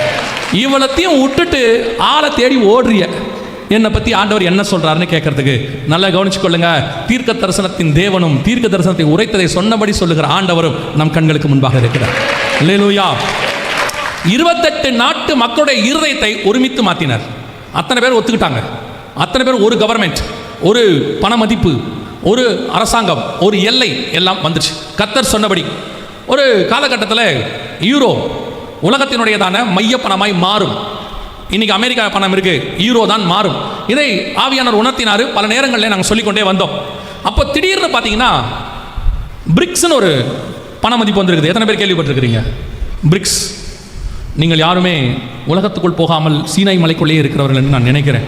ஒருத்தருக்கும் தெரிலன்னு கை தூக்குங்க. பிரிக்ஸ் பண்ணுற ஒரு பண மதிப்பு உலகத்தில் இருக்குது. எத்தனை பேருக்கு தெரியும்? இயேசுவே, இப்போ நான் எப்படி உங்களுக்கு இதை எக்ஸ்பிளைன் பண்ணுறது? நான் கோயில்பட்டி பக்கத்தில் ஒரு ஊழியத்துக்கு போயிருந்தேன். 3 நாள் 666 கம்ப்யூட்டர் WW எல்லாம் எடுத்து முடிச்சிட்டேன். முடித்த பிறகு ஒரு ஐயா 3ஆவது நாள் வந்தார். ரொம்ப நல்லா பிரசங்கம் பண்ணங்கய்யா, எனக்கு ரொம்ப யூஸ்ஃபுல்லாக இருந்துச்சு, ஆனால் ஒன்று தான் எனக்கு புரியலன்னார். என்னன்னு கேட்டேன். இந்த கம்ப்யூட்டர் WW தான் சொன்னீங்களே, அப்படின்னா என்னான்னு கேட்டார். 3 நாளும் பிரசங்கம் அதை பற்றி தான் பண்ணியிருக்கிறேன். அதுலேருந்து நான் கொஞ்சம் கேர்ஃபுல் ஆகிட்டேன். இப்போ சொல்லுங்கள், பிரிக்ஸ்னா எத்தனை பேருக்கு தெரியும்? நான் கேட்டதுக்காக சும்மாவாக கைத்துக்கலாம்ல. சரி, ஒரு 5 நாடுகள் சேர்ந்து ஒரு பணத்தை உருவாக்குனாங்க. Brazil, Russia, India, China, South Africa. கேள்விப்பட்டீங்களா? இந்த 5 நாடுகள் சேர்ந்து ஒரு பணத்தை கொண்டு வந்தாங்க. இப்போ இவங்களோட நிறைய நாடுகள் சேர்ந்து இருக்குது. நிறைய நாடுகள் சேர்ந்து பிரிக்ஸ் அப்படின்னு கொண்டாந்து இப்போ பிரிக்ஸ் தான் ரொம்ப ஸ்ட்ராங்காக ஆகிற மாதிரி எல்லாரும் சொன்னாங்க.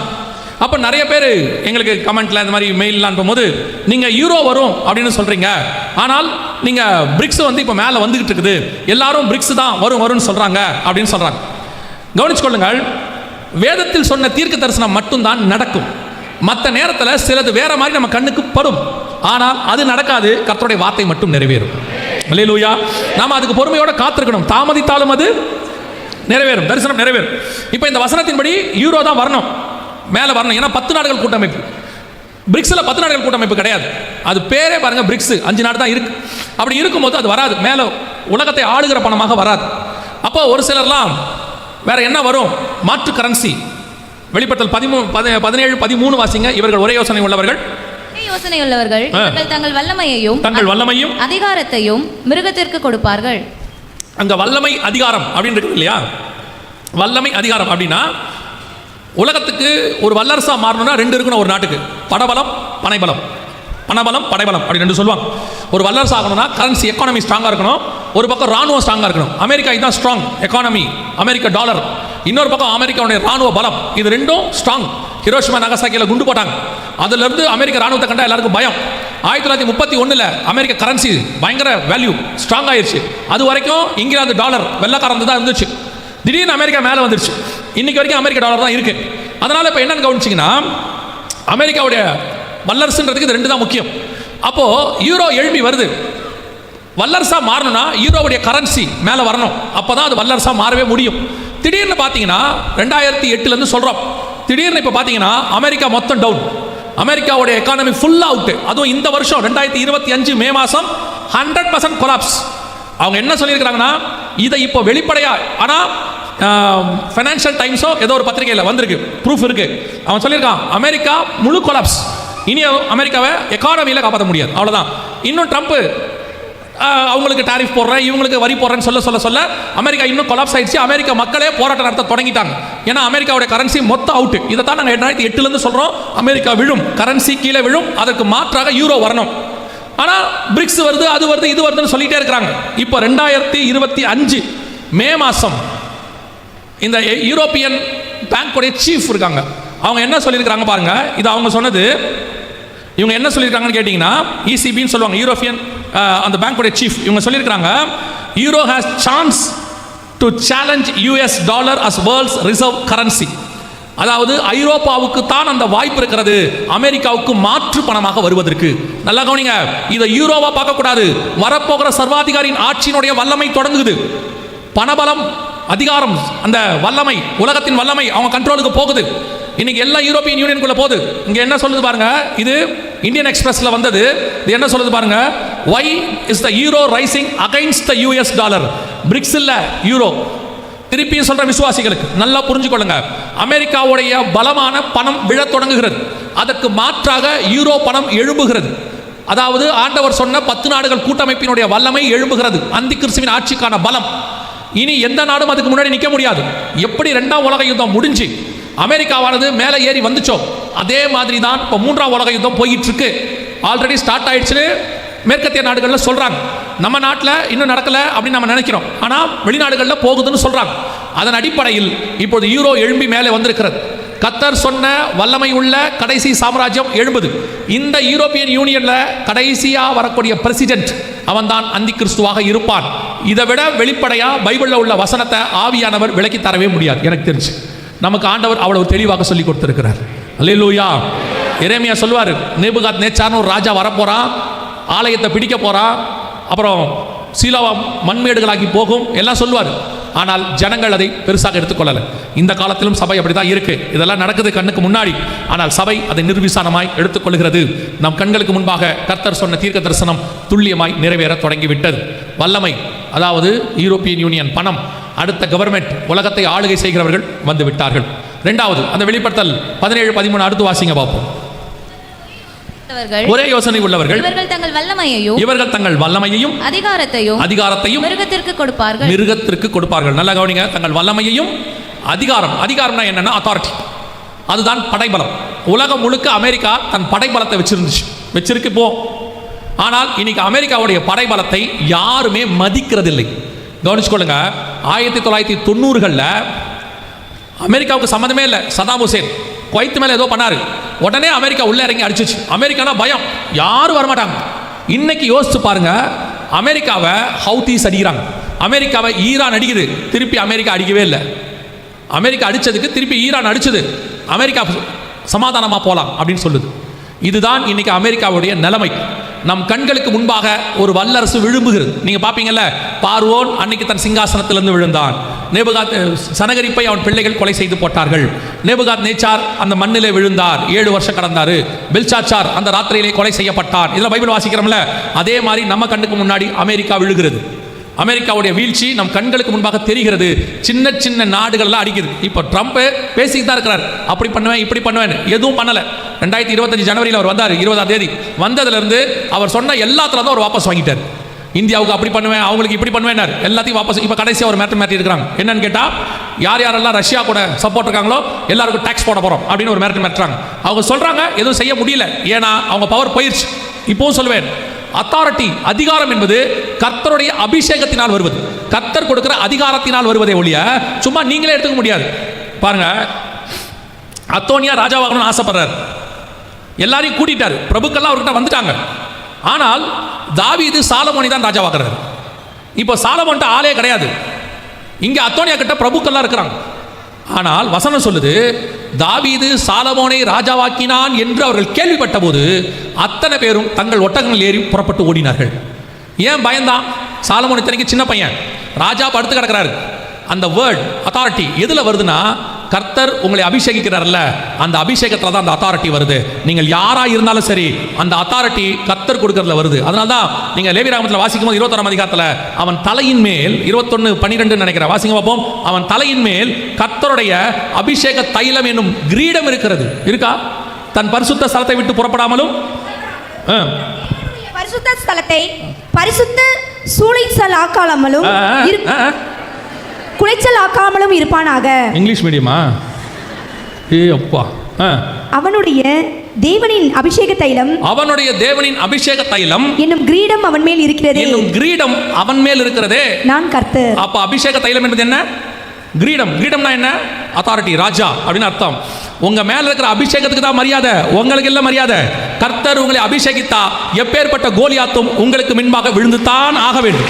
கர்த்தர் உங்களை அபிஷேகிச்சா எப்பேற்பட்ட சவுலும் உங்களை கண்டு பயப்படத்தான் வேண்டும். கர்த்தர் உங்களை அபிஷேகிச்சா எப்பேற்பட்ட ஆகாபும் எலியாவுக்கு முன்பாக பயந்துதான் ஆக வேண்டும். கர்த்தர் உங்களை அபிஷேகித்தா எப்பேற்பட்ட ஏரோதும் யோவான் ஸ்நானகனுக்கு முன்பாக பயந்துதான் ஆக வேண்டும். ஏன்னா அபிஷேகம் அப்படி. அவன் வனாந்தரத்தில் இருக்கிறவன், ஆனா அபிஷேகம் மட்டும் அவன் மேல இருந்துச்சு. இவன் ராஜா, கால்பங்கு தேசத்துக்கு அதிபதி ஏரோது. ஆனால் ஏரோது யோவான் ஸ்நானகனுக்கு பயந்திருந்தான். அதே தான் ஆண்டவர் உங்களுக்கு எனக்கும் செய்யறாரு. அமெரிக்காவை கர்த்தர் 70 வருஷமோ 90 வருஷமோ அபிஷேகிச்சாரு, உலகமே பயந்துச்சு, கர்த்தர் விலகிட்டாரு. இன்னைக்கு ஒரு சின்ன சின்ன நாடு கூட அடிக்குது. அமெரிக்கா நினைச்சுக்கிச்சு நம்ம கிட்ட பணம் இருக்கு, கப்பல் இருக்கு, பிளைட் இருக்கு, சேட்டிலைட் இருக்கு. இப்போ சொல்றேன், அத்தனையும் இருந்து கர்த்தர் இல்லாவிட்டால் நீங்கள் கைவிடப்படுவீர்கள். உங்ககிட்ட ஒருவேளை ஒண்ணுமே இல்லைனாலும் கர்த்தர் ஒருத்தர் உங்களோடு கூட இருந்தார். யோசிச்சு பாருங்க, அமெரிக்காவோட கம்பேர் பண்ணா இஸ்ரேல் ஒண்ணுமே கிடையாது. சின்ன நாடு, குட்டி நாடு, அவ்வளவு ராணுவம் கிடையாது, பணபலம் கிடையாது. ஆனா அந்த ஒரு சின்ன நாட்டை இன்னைக்கு உலகத்தில் இருக்கிற யாருமே எதுவுமே செய்ய முடியல. காரணம், இஸ்ரேல் வல்லமை கிடையாது, இஸ்ரேலின் சேனைகளின் கர்த்தர் பெரியவர். அந்த தேவன் தான் உங்களோடும் என்னோடு கூட இருக்கிறார். அதுதான் இங்க நடக்குது. இன்னைக்கு அமெரிக்காவுடைய எல்லாம் போச்சு, கீழே விழுந்துருச்சு. அதுக்கு மாற்றாக யார் எழும்புகிறான்னு கேட்டீங்கன்னா, யூரோ எழும்பி வருகிறது. இப்போ வல்லமை, அத்தாரிட்டி, இந்த வல்லமை யூரோப்புக்கு போகணும். இதை சொல்லும் பொழுது ஒரு சிலர் எனக்கு ஃபோன் பண்ணி சொன்னாங்க, நீங்கள் சொல்கிறத எப்படி ஏற்றுக்கிறதுன்னு எனக்கு தெரியல. ஏன்னா யூரோப்புக்கு இராணுவமே கிடையாது. யூரோப்புக்கு என்ன கிடையாது? அப்புறம் எப்படி அத்தாரிட்டி வரும்? அவங்க எப்படி உலகத்தை ஜெயிப்பாங்க? இன்னொரு வசனம் வாசிங்க, வெளிப்படுத்தல் 13:5 வாசிங்க. பெருமையானவர்களையும் தூஷணங்களையும் பேசும் வாய் அதற்கு கொடுக்கப்பட்டது, அல்லாமலும் 42 மாதம் யுத்தம் பண்ண அதற்கு அதிகாரம் கொடுக்கப்பட்டது. அப்பனா யூரோப்பியன் யூனியன் 42 மாசம் யுத்தம் பண்ணணும். ஆன்டிகிரைஸ்ட் கவர்மெண்ட் யுத்தம் 42 மாசம் 3.5 வருஷம் பண்ணணும். அப்படின்னா ராணுவம் வேணும்ல. அப்ப அவங்க சொன்னாங்க, ஐரோப்பியன் யூனியன் ராணுவமே இல்லையே, எப்படி அவங்க யுத்தம் பண்ணுவாங்க? நீங்க எப்படி அமெரிக்காவுக்கு மாற்றுன்னு சொல்றீங்க அப்படின்னு சொல்லிட்டு இருந்தாங்க. ஆனால் ஆவியானவர் உணர்த்துறது அவங்களுக்கு கண்டிப்பா என்ன வரும்? ஒரு ராணுவம் வரும். அவங்ககிட்ட சொன்னேன், இப்ப வேணா இல்லாம இருக்கலாம், கண்டிப்பாக ஒரு ராணுவம் வரும் அப்படின்னு சொன்னோம். இன்னைக்கு யூரோப்பியன் யூனியனுக்கு ராணுவம் வந்துருச்சு. இங்க இருக்கு பாருங்க, ஐரோப்பியன் யூனியன் ஒரு ராணுவத்தை உருவாக்கி விட்டது. உலகத்திலேயே மிகப்பெரிய ராணுவத்தை உருவாக்குறதுக்கான எல்லா வேலையும் அவங்க செஞ்சு முடிச்சிட்டாங்க.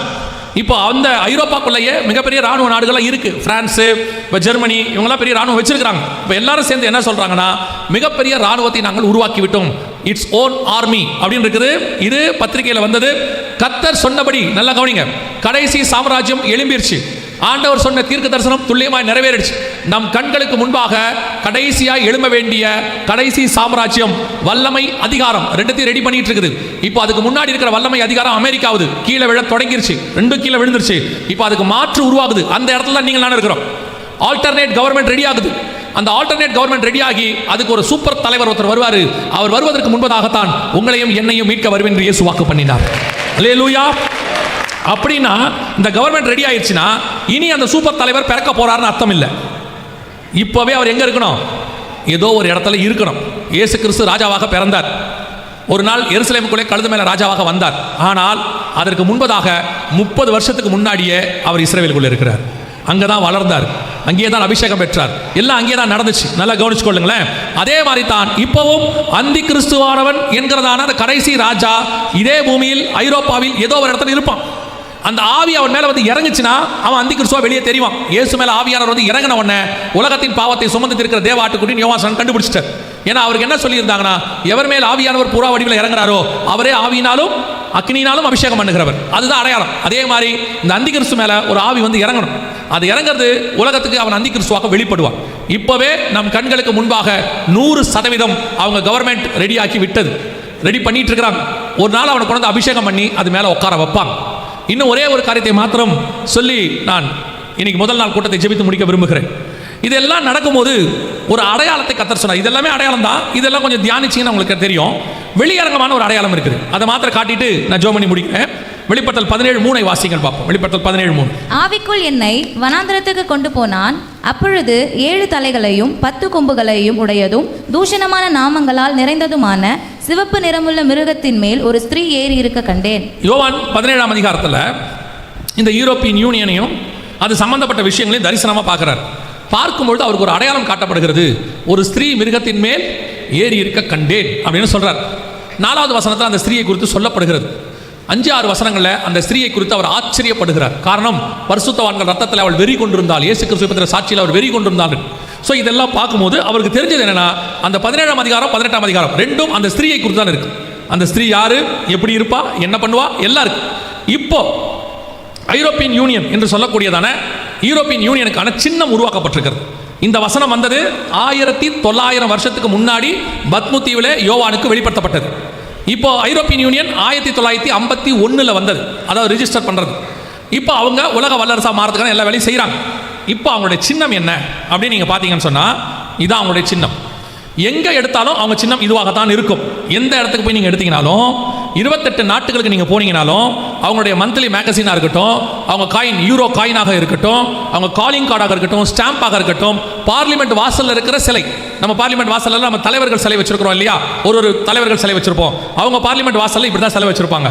இது பாத்தீங்கன்னு சொன்னா, ஒரு ஸ்திரீ அதுல 17 இருக்கும், அந்த ஸ்திரீ கோபமா இருக்கிறான்னு இருக்கும், வெறி கொண்டிருந்தால். இந்த சிலையை பாருங்க, சாந்தமாவே இருக்காது. எந்த சிலையா இருக்காது, முட்டி பறந்துட்டு ஒரு மாதிரி கோபமா இருக்கிற மாதிரி தான் இருக்கும்.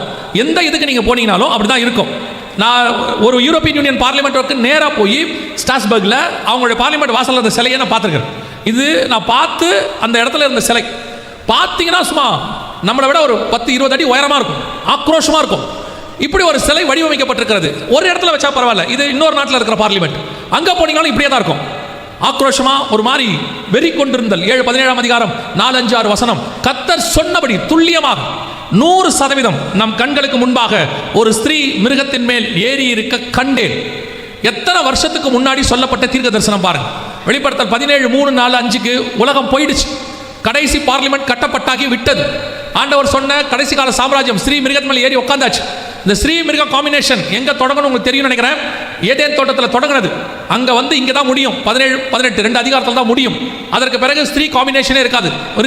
இயேசு கிறிஸ்துவோட அரசாட்சி வந்துடும். அதுக்கப்புறம் 19 இருந்து கர்த்தர் சொன்னபடி துல்லியமாக இன்னைக்கு வெளிப்படுத்தல் 13 5 வசனம் நிறைவேறி விட்டது. 5வது வசனத்தில் சொல்லுவாரு, மேலும் ரகசியம், மகாபாபிலோன் வேசிகளுக்கும் பூமியில் உள்ள அருவருப்புகளுக்கும் தாய் என்னும் நாமம் அவள் நெற்றியில் எழுதி இருந்தது அப்படின்னு இருக்கு. இப்போ யூரோப்பியன் யூனியன் பார்லிமெண்ட் பின்னாடி இருக்கு பாத்தீங்களா, அது எப்படி இருக்குன்னு பாருங்க. இந்த மாதிரி தான் இருக்கும். அப்படியே பாபேல் கோபுர வடிவில் தான் கட்டப்பட்டிருக்கிறது. எப்படி பாபேல் கோபுரம் இருக்குதோ அதே மாதிரி அங்க கீழே போய் பார்த்தீங்கனாலே அந்த கோபுரத்தோட வடிவில் தான் இருக்கும். அந்த கன்ஸ்ட்ரக்ஷன் சைட்டே அன்பினிஷ்டு கன்ஸ்ட்ரக்ஷன் சொல்லுவாங்க. எப்படி கட்டப்படாமல் கட்டடம் பாதியில் நிறுத்தப்பட்டுச்சோ அதே மாதிரி இவங்க கட்டடமும் இப்படி தான் இருக்கும். பார்க்கறதுக்கு கட்டப்படாமல் இருக்கும், ரவுண்டாக இருக்கும், இதே மாதிரி படிப்படியாக இருக்கும். இதெல்லாம் ஸ்ட்ராஸ்பர்கில் இருக்கிறது. எதுக்கு சொல்கிறேன் அப்படின்னா, அந்திகிறிஸ்து என்று சொல்லக்கூடிய பிசாசின் சாம்ராஜ்யத்தை உலகத்தில் கொண்டு வரக்கூடிய 7 ஆண்டு கால உபத்திரவ காலத்தை கொண்டு வரக்கூடிய அரசாட்சி கவர்மெண்ட்டுக்கான எல்லாம் இப்பொழுது தயாராக இருக்கிறது. தன்னுடைய ஆர்மி அதை ரெடி பண்ணிட்டு இருக்குது. வல்லமை அது கையில் போக போகிறதுக்கான கடைசி நிமிஷம் இது. இப்போ முந்தின சாம்ராஜ்யம் விழுந்துருச்சு. ஸ்ரீ ஏறி மிருகத்து மேலே உட்காந்தாச்சு. ஏற்கனவே பாபேல் கோபுரம் கட்டப்படுகிற காலம் வந்துருச்சு. நீங்கள் வாசிச்சிங்கன்னா பழைய ஏற்பாட்டில் இருக்கும். ஆண்டவர் கேட்பார் 2 ஸ்திரீகளை பார்த்து, எங்கே போறீங்க? சினையா தேசத்தில் உள்ள பாபேல் கோபுரத்தை, சினையா தேசத்தில் உள்ள பாபேல் நாங்கள் கட்ட போகிறோம் அப்படின்பா. இப்போ கட்டுவதற்கான காலம் வந்துருச்சு நம் கண்களுக்கு முன்பாக. ஆண்டவர் சொன்னபடியே துல்லியமாக எழுத்துக்கு எழுத்து ஒவ்வொரு தீர்க்க தரிசனமும் வரிசையாக நிறைவேறுகிறது. எண்ணி முடியாத ஒரு பலத்த ஜாதி எழும்பிருச்சு. இப்போ சமாதானத்தை அறிவிக்கிறதாக புறப்பட்டுருச்சு. ஒரே யோசனை உள்ளவர்கள் வந்தாச்சு. வல்லமை அதிகாரம் அவங்க கைக்கு போயிடுச்சு. ஸ்திரீ ஏறி மிருகத்து மேலே உட்காந்தாச்சு. பாபேல் கோபுரம் கட்டியாச்சு. இத்தனை ஒத்துமை வசனத்தோடு கூட இருக்கிற கடைசி அரசாங்கம் வேற எங்கேயுமே கிடையாது. நம் காலத்திலே நம் கண்களுக்கு முன்பாக இருக்கு. யோசிச்சு பாருங்க, எவ்வளோ அழகாக ஆண்டவர் எக்ஸ்பிளைன் பண்ணி பைபிளில் வச்சிருக்கிறார். அதை நம்ம கண்ணுக்கு முன்னாடி ஆண்டவர் சொல்றார். இதையெல்லாம் பார்க்கும் பொழுது உங்களுக்கு தோண வேண்டியது என்ன? இவைகள் சம்பவிக்க தொடங்கும் போது, லூக்கா 21:28 சொல்றாரு, இவைகள் சம்பவிக்க தொடங்கும் போது உங்கள் மீட்பு சமீபமாக இருப்பதால் நீங்கள் நிமிர்ந்து பார்த்து தலைகளை உயர்த்துங்கள் என்று வேதம் சொல்லுது. இதெல்லாம் சம்பவிக்க ஆரம்பிக்கும் பொழுது நம்மை மீட்கும்படி ஆண்டவர் வாசப்படிக்கு வந்திருக்கிறார் என்று வேதம் சொல்லுது. இந்த அடையாளங்கள்லாம் எதுக்கு காட்டப்படுது? இதெல்லாம் சொல்லப்படுறது நோக்கம் என்ன? கொஞ்சம் பேர் சொல்றாங்க, அவர் இதெல்லாம் காட்டி பயமுறுத்துறாரு. பயமுறுத்துறது அல்ல. இதையெல்லாம் காட்டும் போது ஒன்று உங்களுக்கு தெரியணும், இதெல்லாம் நடக்குதுன்னா என் ஆண்டவர் அதற்கு முன்பதாகவே என்னை மீட்கும்படி வரப்போகிறார். அவர் வாசப்படியில் தான் நிற்கிறார், வேற எங்கேயும் இல்லை. வாசப்படியிலிருந்து கதவை தட்டுகிறேன். வெளிப்படுத்தல் 3:20 ஆண்டவர் சொன்னபடி இப்போ அப்படியே தான் நடக்குது. இப்போ சபை இந்த உணர்வுள்ள இடத்துக்கு வந்துருச்சா? இதெல்லாம் பார்க்கும்பொழுது உங்களுக்கு ஆயத்தப்படணுங்கிற எண்ணம் வருதா? எப்படியாவது வருகையில் போயிடணும், ஆண்டவரோட போயிடணுங்கிறதான அந்த எண்ணம் தோணுதா? அதுதான் இப்போ கேள்வி. சபை கடைசி காலத்தில் மற்ற 24, 37, 38 சொன்ன மாதிரி ஒரு உணர்வில்லாத இருதயத்தில் உட்காந்து இப்போ இவ்வளோத்தையும் காட்டுறீங்க. நான் ஆண்டவர்கிட்ட கூட ஒரு நாள் ஜபத்தில் இருக்கும்போது ஆண்டவர்கிட்ட ஒரு கேள்வி கேட்டேன். என்னன்னா, கண்டு விசுவாசிக்கிறவனிலும் காணாமல் விசுவாசிக்கிறவன் தான் பாக்கியவான்னு வேதம் சொல்லுது. இப்போ என் வேலையை காட்டி பிரசங்கம் பண்ணுறது. நான் வந்து உட்கார்ந்த உடனே பாஸ்டர் சொன்னார், படம் காட்டுறவர் வந்துட்டாரு. சாயங்காலம் வந்த உடனே சொன்னார், நேற்று நான் படம் காட்டாமல் ஊழியம் பண்ணேன், இன்னைக்கு நீங்கள் படம் காட்டி ஊழியம் பண்ண வந்துட்டீங்க. நானும் ஒரு நாள் ஆண்டவர்கிட்ட கேட்டிருக்கிறேன், ஆண்டவரே இதெல்லாம் காணாமல் விசுவாசிக்கிறவன் தானே பாக்கியவான். அப்போ ஆண்டவர் ஒரு காரியத்தை உணர்த்தினார். யார் யாருக்கு எப்படி பேசினால் புரியுமோ அவர்களுக்கு அப்படி பேசுகிற ஆவியானவர் அவர். நல்லா கவனிங்க, இயேசு பிறக்க போறாருங்கிறத மரியாளுக்கு தூதன் வந்து சொல்லணும், அப்பதான் அந்த அம்மா ஒத்துப்பாங்க. ஆனால் யோசேப்புக்கு தூதன் வேண்டாம், சொப்பனத்தில் சொன்னாலே அது ஒத்துப்பான். ஆனால் சிமியோனுக்கு சொப்பனமும் வேண்டாம், தூதனும் வேண்டாம், ஆவியிலே ஏவப்பட்டு அங்கே வந்திருந்தான். ஒரே சம்பவம் தான், ஒவ்வொருத்தருக்கும் ஒவ்வொரு விதமாக பேசுறாரு. பார்வோனுக்கு சொப்பனத்தில் பேசுறாரு, பெல்ஷாத்சாருக்கு ரத்தம் தோய்ந்த கரம் ஒன்று எழுதினது.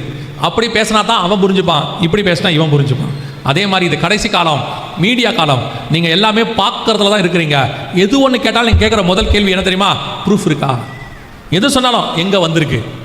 இப்போ நீங்கள் யாருமே மனுஷகுமாரன் வரும்போது விசுவாசம்னா என்ன? நம்பப்படும் மேல் உறுதியும் காணப்படாத மேல் நிச்சயம். ஆனால் இப்போ நீங்கள் எல்லாருமே கண்டாதான் நம்புவேன் அப்படிங்கிற இடத்துக்கு வந்துட்டீங்க. கண்டாதான் நம்ம சபையும் அந்த இடத்துக்கு வந்துருச்சு. அதான் பிரச்சனையே. இப்போ சபைக்கு என்னை பொறுத்த வரைக்கும் தனிப்பட்ட கருத்து இது, சபைக்கு இவ்வளவு அடையாளங்கள் தேவையே இல்லை, காட்ட வேண்டியதே இல்லை. இயேசு வராருன்னு சொன்னா சபை நம்பணும், விசுவாசிக்கணும், சபை ஆயத்தப்படணும், அவ்வளவுதான். ஆனா இன்னைக்கு சபை அந்த இடத்துல இல்லை. ஏன்னா கொஞ்சம் கொஞ்சமா உங்களுக்கு எல்லாத்துக்கும் ப்ரூஃப் கொடுத்தாங்க. 25 வருஷமா எல்லாத்துக்கும் ப்ரூஃப். இப்போ நீங்கள் ப்ரூஃப் இருந்தால் தான் நம்ம நீங்கள் சாதாரணமாகவே பாருங்களேன், இந்த மாதிரி ஒன்று வந்திருக்குதா, அடுத்த கேள்வி எங்கே போட்டிருக்குது நீங்கள் கேட்குறது தானே. ஒரு சின்ன புடவையே ஆஃபர் எங்கே போட்டிருக்குது, டிவியில் வந்துச்சா, வாட்ஸ்அப்பில் வந்துச்சா, ஃபேஸ்புக்கில் வந்துச்சா, இன்ஸ்டாவில் வந்துச்சா, பேப்பரில் வந்துச்சா, ஏதோ ஒன்று. You must need a proof. அந்த இடத்துக்கு வந்துட்டோம். அதனால் இந்த கடை அப்போ ஆண்டவர் உணர்த்தினது, இந்த காலத்தில் இந்த ஜனங்கள் இப்படி சொன்னால் தான் விசுவாசிப்பார்கள். யோசித்து பாருங்களேன், நம்மையும் மீட்க வேண்டும் என்பதற்காக கர்த்தர் இதையும் செய்ய வல்லமை உள்ளவராக இருக்கிறார். எப்படியாகிலும் ஒருத்தரையாகிலும் ரட்சிக்க வேண்டும் என்று கர்த்தர் விரும்புகிறார். இதையும் பார்த்து கண்ணார கண்டு, ஒரு சில இடத்துல அப்போஸ்தலர் சொல்லுது, தடவியாகிலும் அவரை கண்டுபிடிக்கத்தக்கதாக. ஆனால் யோவான் எழுதுறாரு, நாங்கள் கண்ணார கண்டு வசனத்தை போதித்தவர்கள் எங்களுக்கு ஒப்புவித்தபடி. லூக்கா எழுதுறாரு, ஆரம்பம் முதல் கண்ணார கண்டு வசனத்தை போதித்தவர்கள் எங்களுக்கு ஒப்புவித்தபடி நான் திட்டமாய் விசாரித்து அறிந்து. லூக்கா 1 எழுதுவார். அப்பனா அவர் பார்த்திருக்கிறாரு, தொட்டிருக்கிறாரு, விசாரிச்சிருக்கிறாரு, இவ்வளவு ப்ரூஃபையும் கொடுக்கிறாரு. ஒரு சிலருக்கு தடவி பார்த்தா போதும், ஒரு சிலருக்கு தடவ வேண்டாம், பார்க்க வேண்டாம், விசாரிக்க வேண்டாம், அவன் விசுவாசிப்பான். இந்த கடைசி காலம் பார்த்தா தான் விசுவாசிப்பேன்னு சொல்ற, நம்புவேன்னு சொல்ற காலம். நமக்கும் கர்த்தர் இவைகளை காட்ட வல்லமை உள்ளவராக இருக்கிறார். நமக்கு தெரிஞ்ச மொழியில கர்த்தர் பேசுறார். நமக்கு எதை சொன்னா நம்புவோமோ அப்படி பேசுறாரு. நம் கண்களுக்கு முன்பாக ஆண்டவருடைய வருகை மிக மிக சமீபம். கடைசி கவர்மெண்ட் எழும்பிருச்சு. எந்த நிமிஷமும் ஆண்டவர் சபையை டேக் ஆஃப் பண்ணுவார். தடை செய்கிறவன் நடுவிலிருந்து நீக்கப்படும் முன்னே அது வெளிப்படாது. இப்போ தடை செய்கிறது சபையும் பரிசுத்த ஆவியானவரும். நாம் எடுத்துக்கொள்ளப்பட்ட உடனே அந்திகிறிஸ்துவின் ஆட்சி பூமிக்கு வந்துடும். இப்போ எல்லாமே ரெடியாக இருக்கு. இப்போ நமக்கு இருக்கிற ஒரே வாய்ப்பு, ஒரே ஒரு வாய்ப்பு, கர்த்தருடைய வருகையில் போவது மட்டும். இப்போ வாசப்படியில் நின்று அந்த மணவாட்டிக்கு 5ஆம் அதிகாரத்தில் உன்னத பாட்டில் தட்டுவார் ஆண்டவர். கதவை தர என் மணவாளியே, என் புறாவே, என் உத்தமையை கதவை தர. அந்த மாதிரி திறக்காது, பேசிக்கிட்டே இருக்கும். வஸ்திரத்தை கலைந்தேன், பாதனை கழுவினேனும். என்ன நடக்கும் தெரியுமா? நேசர் வந்துட்டு போயிடுவார். அதுக்கப்புறம் கதவை திறந்துட்டு அந்த அம்மா வெளியே ஓடும். வசனம் சொல்லும், வழியிலே காவலர்கள் என்னை பிடித்து அடித்து நிற்கும். அதான் உபத்திரவ காலம். தட்டும்போது திறந்து மணவாளோட போயிட்டா மரியாதையாக பரலோகத்துக்கு போயிடலாம். அவர் விட்டுட்டோம், பின்னாடி உபத்திரவத்துக்கு மத்தியில் தான் கடந்து போகணும். நம் கண்களுக்கு முன்பாக வாசப்படிக்கு ஆண்டவர் வந்து விட்டார். இனி காலம் செல்லாது. ஆண்டவராக இயேசு கிறிஸ்துவை சொந்த ரட்சகராக ஏற்றுக்கொண்டு அவருடைய ரத்தத்தினாலே பாவ மன்னிப்பு நிச்சயத்தை பெற்று, ஆண்டவர் என் பாவத்தை மன்னிச்சாருங்கிற நிச்சயம் உங்களுக்கு இருந்தா நீங்க வருகையில் போவது அதிக நிச்சயம். வேற வழியே இல்லை. இவ்வளத்தையும் சொன்ன ஆண்டவர் தான் பரலோகத்திற்கு வழியும் சொல்லியிருக்கிறார். இவ்வளத்தையும் சொன்ன ஆண்டவர் தான் பரலோகத்தை உங்களை கூட்டிட்டு போவேனும் வாக்கு பண்ணி இருக்கிறார். இவ்வளத்தையும் சொன்ன ஆண்டவர் தான் பரலோகத்துக்கு போறதுக்காக உங்களுக்கும் எனக்கும் ரத்தம் சிந்தி இருக்கிறார்.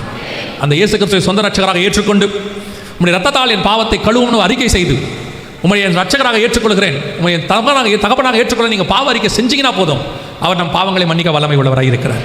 இயேசு வேற எதையும் உங்ககிட்ட கேட்கவே இல்லை. உங்களுக்காக எல்லா வித விலைக்கரையத்தையும் அவர் செலுத்தி விட்டார். அவர் உங்ககிட்ட எங்கிட்ட கேட்டது, மனம் திரும்புங்கள், பரலோக ராஜ்யம் சமீபமாக இருக்கிறது. அல்லேலூயா. இயேசு கிறிஸ்துவை நான் சொந்த ரட்சகரை ரொம்ப வருஷத்துக்கு முன்னாடி ஏற்றுக்கொண்டேன். நாங்களாம் இத்தனை வருஷமாக இருக்கிறோம். நல்லது. ஆனால் உங்கள் ரட்சிப்பு பூரணப்பட பிரயாசப்படுங்கள். 25 வருஷத்துக்கு முன்னாடி ரட்சிக்கப்பட்டேங்கிறது நல்லது. இன்னைக்கும் அந்த ரட்சிப்பில் நீங்கள் இருக்கிறீங்களான்னு பாருங்க. ஏன்னா கடைசி காலத்தில் ஒரு குரூப் சொல்லிட்டு இருக்கு, ஒன் சேவ்ட் எவர் சேவ்டும்பா. ஒரு தடவை ரட்சிக்கப்பட்டா போதும், கண்டிப்பாக எப்படி இருந்தாலும் பரலோகத்துக்கு கூட்டு போவாங்க. அதெல்லாம் இல்லை. முடிவு பரியந்தம் நிலை நிற்கிறவனே ரட்சிக்கப்படுவான்.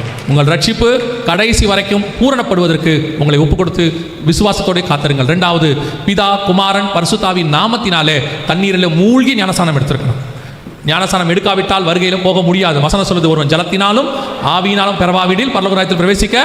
நான் குழந்தையில் எடுத்தேன், சின்ன வயசில் எடுத்தேன், எனக்கு எடுத்தது எப்போன்னு தெரியாது. வசனம் தெளிவாக சொல்லுது, விசுவாசம் உள்ளவனாகி ஞானஸ்நானம் பெறுகிறவனே ரட்சிக்கப்படுவான். குழந்தையா இருந்து ஞானஸ்நானம் பெறவன் ரட்சிக்கப்பட மாட்டான். பைபிளில் அப்படி இல்லை. எனவே ஒரே ஞானஸ்நானம் தான், அது தண்ணியில் மூழ்கி பிதா குமாரன் பரிசுத்தாவின் நாமத்தில் எடுக்கிறது. அதை எடுத்திருக்கிறீங்களா? அந்த ஞானஸ்நானம் எடுக்காதவங்க ஞானஸ்நானத்துக்கு ஒப்பு கொடுங்க. இயேசுவை ஏற்றுக்கொள்ளாதவங்க ஏற்றுக்கொள்வதுக்கு ஒப்பு கொடுங்க. ராஜா வரப்போகிறார், இனி காலம் செல்லாது. அல்லேலூயா. நாம் எழுந்திருப்போமா? நாம் ஜெபிக்க போகிறோம். தேவ சமூகத்தில் ஆண்டவரை நோக்கி பார்க்க போகிறோம்.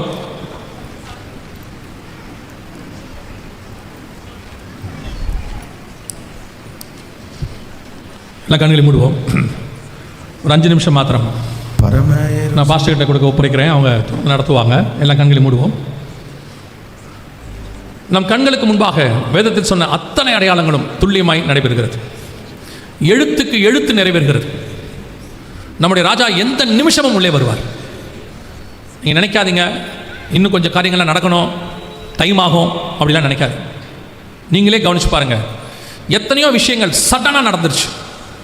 நிமிஷத்தில் உலகத்தையே மாற்றி அமைச்சிருச்சு. நம்ம எதிர்பார்க்காம எங்கேயோ கொரோனான்னு சொன்னாங்க, 3 மாதம் உலகம் தலைகீழ மாறிடுச்சு. பொருளாதாரம் மாறிடுச்சு, எல்லாம் மாறிடுச்சு. உலகத்தினுடைய அத்தனை காரியங்களும் கொரோனாக்கு பிறகு மாறிடுச்சுன்னு சொல்கிறாங்க. மத்திய கிழக்கு நாடுகளில் யுத்தம் வந்துச்சு, ஏதோ சாதாரணமாக இருந்துச்சு.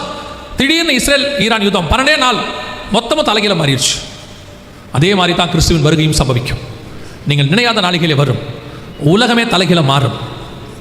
அந்த அக்கேஷன், அந்த ஒரே ஒரு நிமிஷம், அந்த நேரத்தை தவற விட்டுறக்கூடாது. அதுக்கு தான் இத்தனை வருஷம் ஆண்டவர் கிருபையாக காத்திருந்தார் நமக்காக. உங்களை ஆராய்ந்து பாருங்கள். இந்த வருகையில் போவீங்களா? 1 கொரிந்தியர் 11 சொல்லுது, நம்மை நாமே நிதானித்து அறிந்தோமானால் நாம் நியாயம் தீர்க்கப்படும். இந்த கிறிஸ்துவை சந்திப்பதற்கு நீங்கள் ஆயத்தமாக இருக்கிறீங்களா?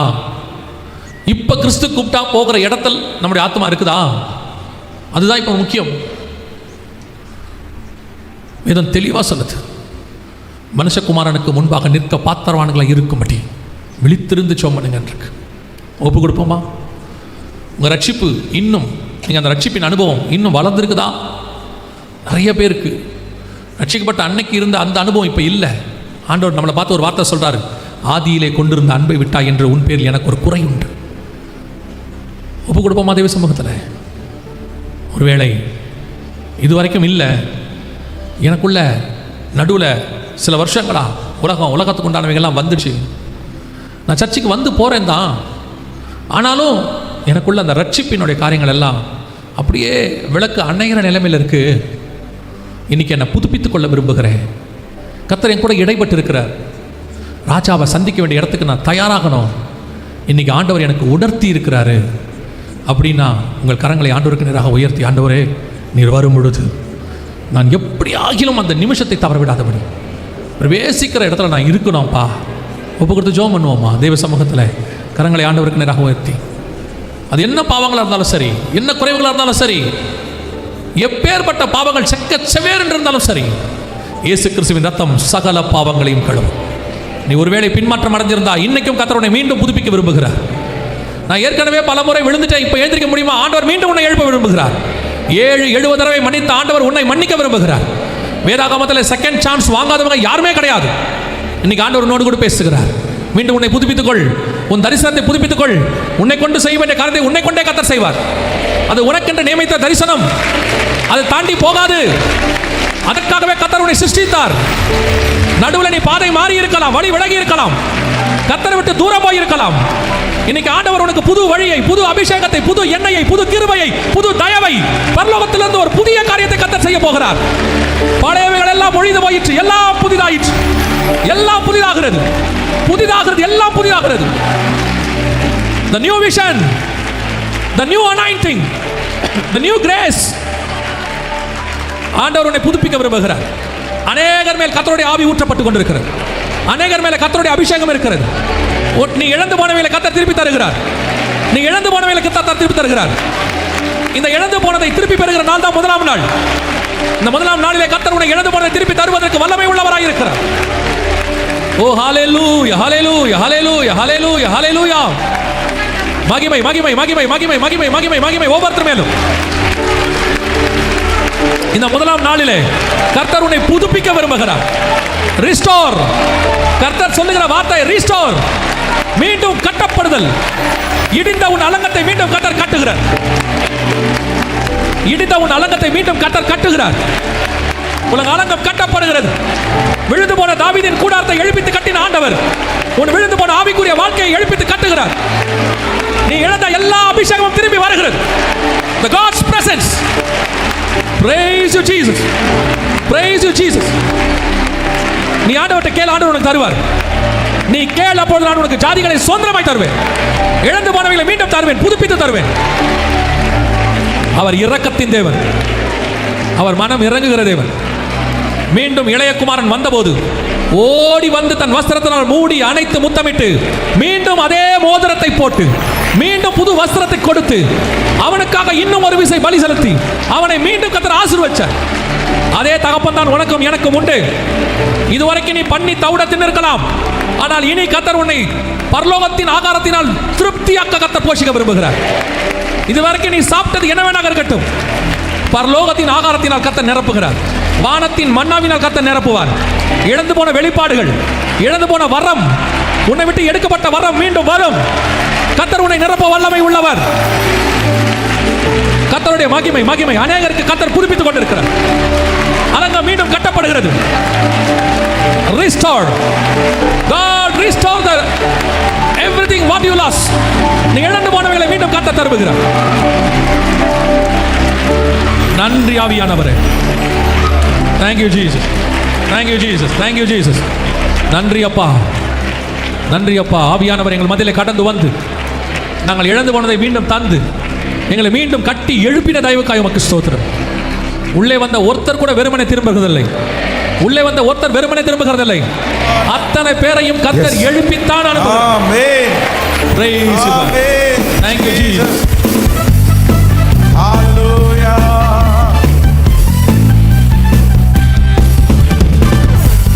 எல்லாருடைய கரங்களை தட்டி பாடியாமே. அந்த நாள் மிக சமீபமே, சுத்தர்கள் யாவரும் சேர்ந்திடவே. அந்த நாள் மிக சமீபமே, சுத்தர்கள் யாவரும் சேர்ந்திடவே. தேவய காலம் வானில் முழங்க, தேவாதி தேவனை சந்திப்போமே. தேவய காலம் வானில் முழங்க, தேவாதி தேவனை சந்திப்போமே. கால சத்தம் வானில் ஒலித்திடும், இயேசு மகாராஜனே வந்திடும்.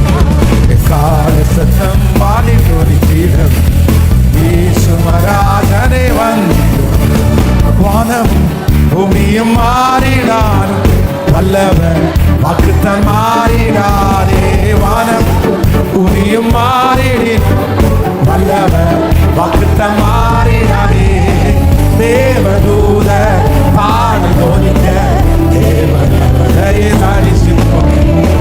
தேவதூத பாடல் தோனிக்க, தேவதூதரை தரிசிப்போம். பாடும் கால சத்தம் பாடி இயேசு மகாராஜனே வந்து. கால சத்தம் பாடி கூடிடவே, இயேசு மகாராஜனே வந்து. கண்ணிமை நேரத்தில் மாறிடுவோம், விண்ணிலே யாவரும் சேர்ந்திடுவோம். கண்ணீர் கவலை அங்கு இல்லை, கர்த்தர் தாமே எனக்கு வெளிச்சமாவார். இந்த சத்தத்தை கேட்கிற ஒருத்தர் கூட நம்ம நரகத்திற்கு போக மாட்டோம், நரகத்திற்கு போக கூடாது. ஏனெனில் கர்த்தர் தாமே ஆரவாரத்தோடும் பிரதான தூதருடைய சத்தத்தோடும் தேவ எக்காலத்தோடும் வானத்திலிருந்து இறங்கி வருவார். நாம் அவரை சந்திப்போம்.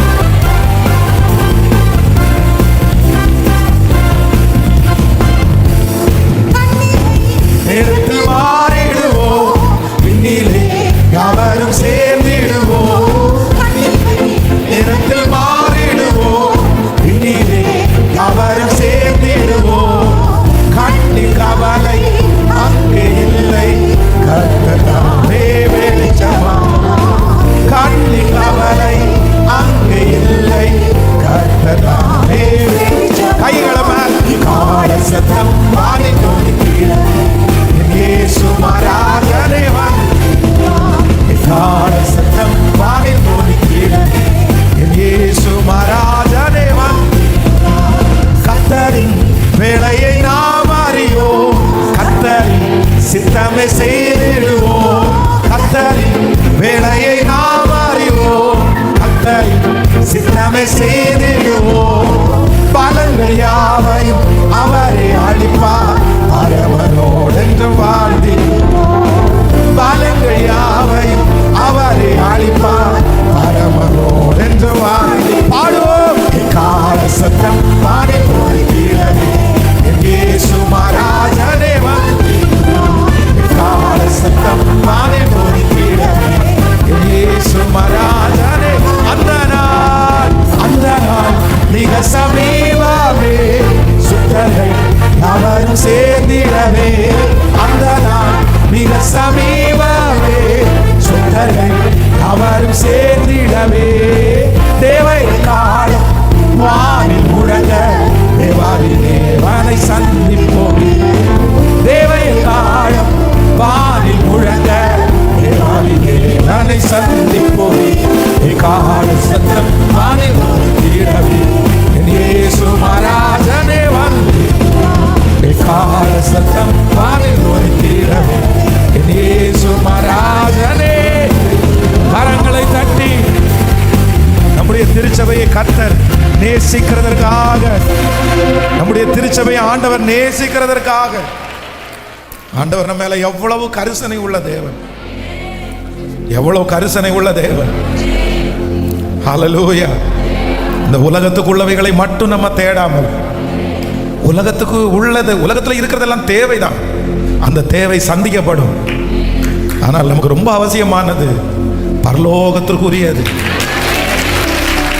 நாம் இந்த பூமிக்குடையவர்கள் அல்ல, இந்த உலகத்திற்குரியவர்கள் அல்ல.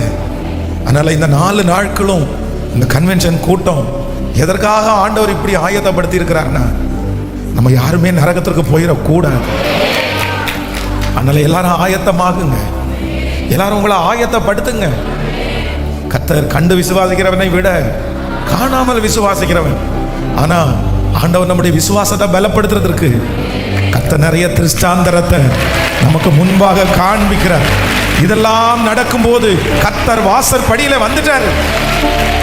தகப்பனே, இந்த சத்தம் யார் யார் காதுகளெல்லாம் துணிக்கப்படுகிறதோ, ஒரு நாள் அந்த மத்திய ஆகாயத்தில் சூரியனாய் நீ பிரகாசிச்சிருக்கும் போது அந்த இடத்துல நாங்க வந்து நின்று பரம ராஜாவை அப்படியே தரிசிக்கணும்.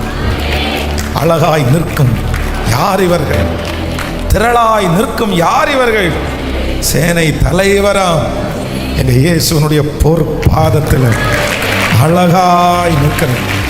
இந்த கம்ஃபர்ட் சர்ச்சு யாரெல்லாம் இந்த சத்தத்தை கேட்குறாங்களோ பரலோக ராஜ்யத்தில் நாங்கள் நிற்கணும். கர்த்தர் பலப்படுத்துங்க. உடைய பிள்ளைகளுடைய கரங்களில் இருக்கிற காணிக்கைகளை ஆசீர்வதியும். இந்த ஊழியத்தை தாங்குகிற பிள்ளைகளை ஆசீர்வதியும். ஆன்லைன் மூலமாக இந்த சத்தத்தை கேட்டுக்கொண்டிருக்கிற பிள்ளைகளை கர்த்தர் ஆசீர்வதிப்பீராக. நாளைக்கு நடக்கிற வாலிபர் கூட்டத்தில் ஒரு பெரிய ரிவைவலை நாங்கள் பார்க்கணும். ஆண்டவரே, பிள்ளைகள் எழும்பி உடைய ஊழியத்திற்காக நிற்கணும். உடைய தாசனை வல்லமையாய் பயன்படுத்தும். ஆண்டவரே, எங்கள் பிள்ளைகளுக்கு எந்த பலவீனமும் வரக்கூடாது. அவர்கள் சாப்பிடுகிற ஆகாரம், குடிக்கிற தண்ணீர், சுவாசிக்கிற காற்று, பண்ணுகிற பிரயாணம், செய்கிற வேலை, இவை எல்லாவற்றிலும் கர்த்தர் கரம் கூடவே இருப்பதாக உங்க பாதத்தை முத்தம் செய்கிறோம். இயேசுவின் மூலம் ஜெபம் எடுக்கிறோம் நல்ல பிதாவே. என் ஆத்துமாவே கர்த்தரை ஸ்தோத்திரி, என் முழுவதுமே பரிசுத்த நாமத்தை ஸ்தோத்திரி. என் ஆத்துமாவே கர்த்தரை ஸ்தோத்திரி. கர்த்தர் செய்த சகல உபகாரங்களையும் மறவாது. நம்முடைய ஆண்டவராகிய இயேசு கிறிஸ்துவின் கிருபை, பிதாவாகிய தேவனுடைய அன்பு, பரிசுத்த ஆவியானுடைய அந்யோன்ய ஐக்கியம் நம்மளோடும் இன்றும் என்றும் சதா காலம் கூட இருப்பதாக. ஹல்லேலூயா.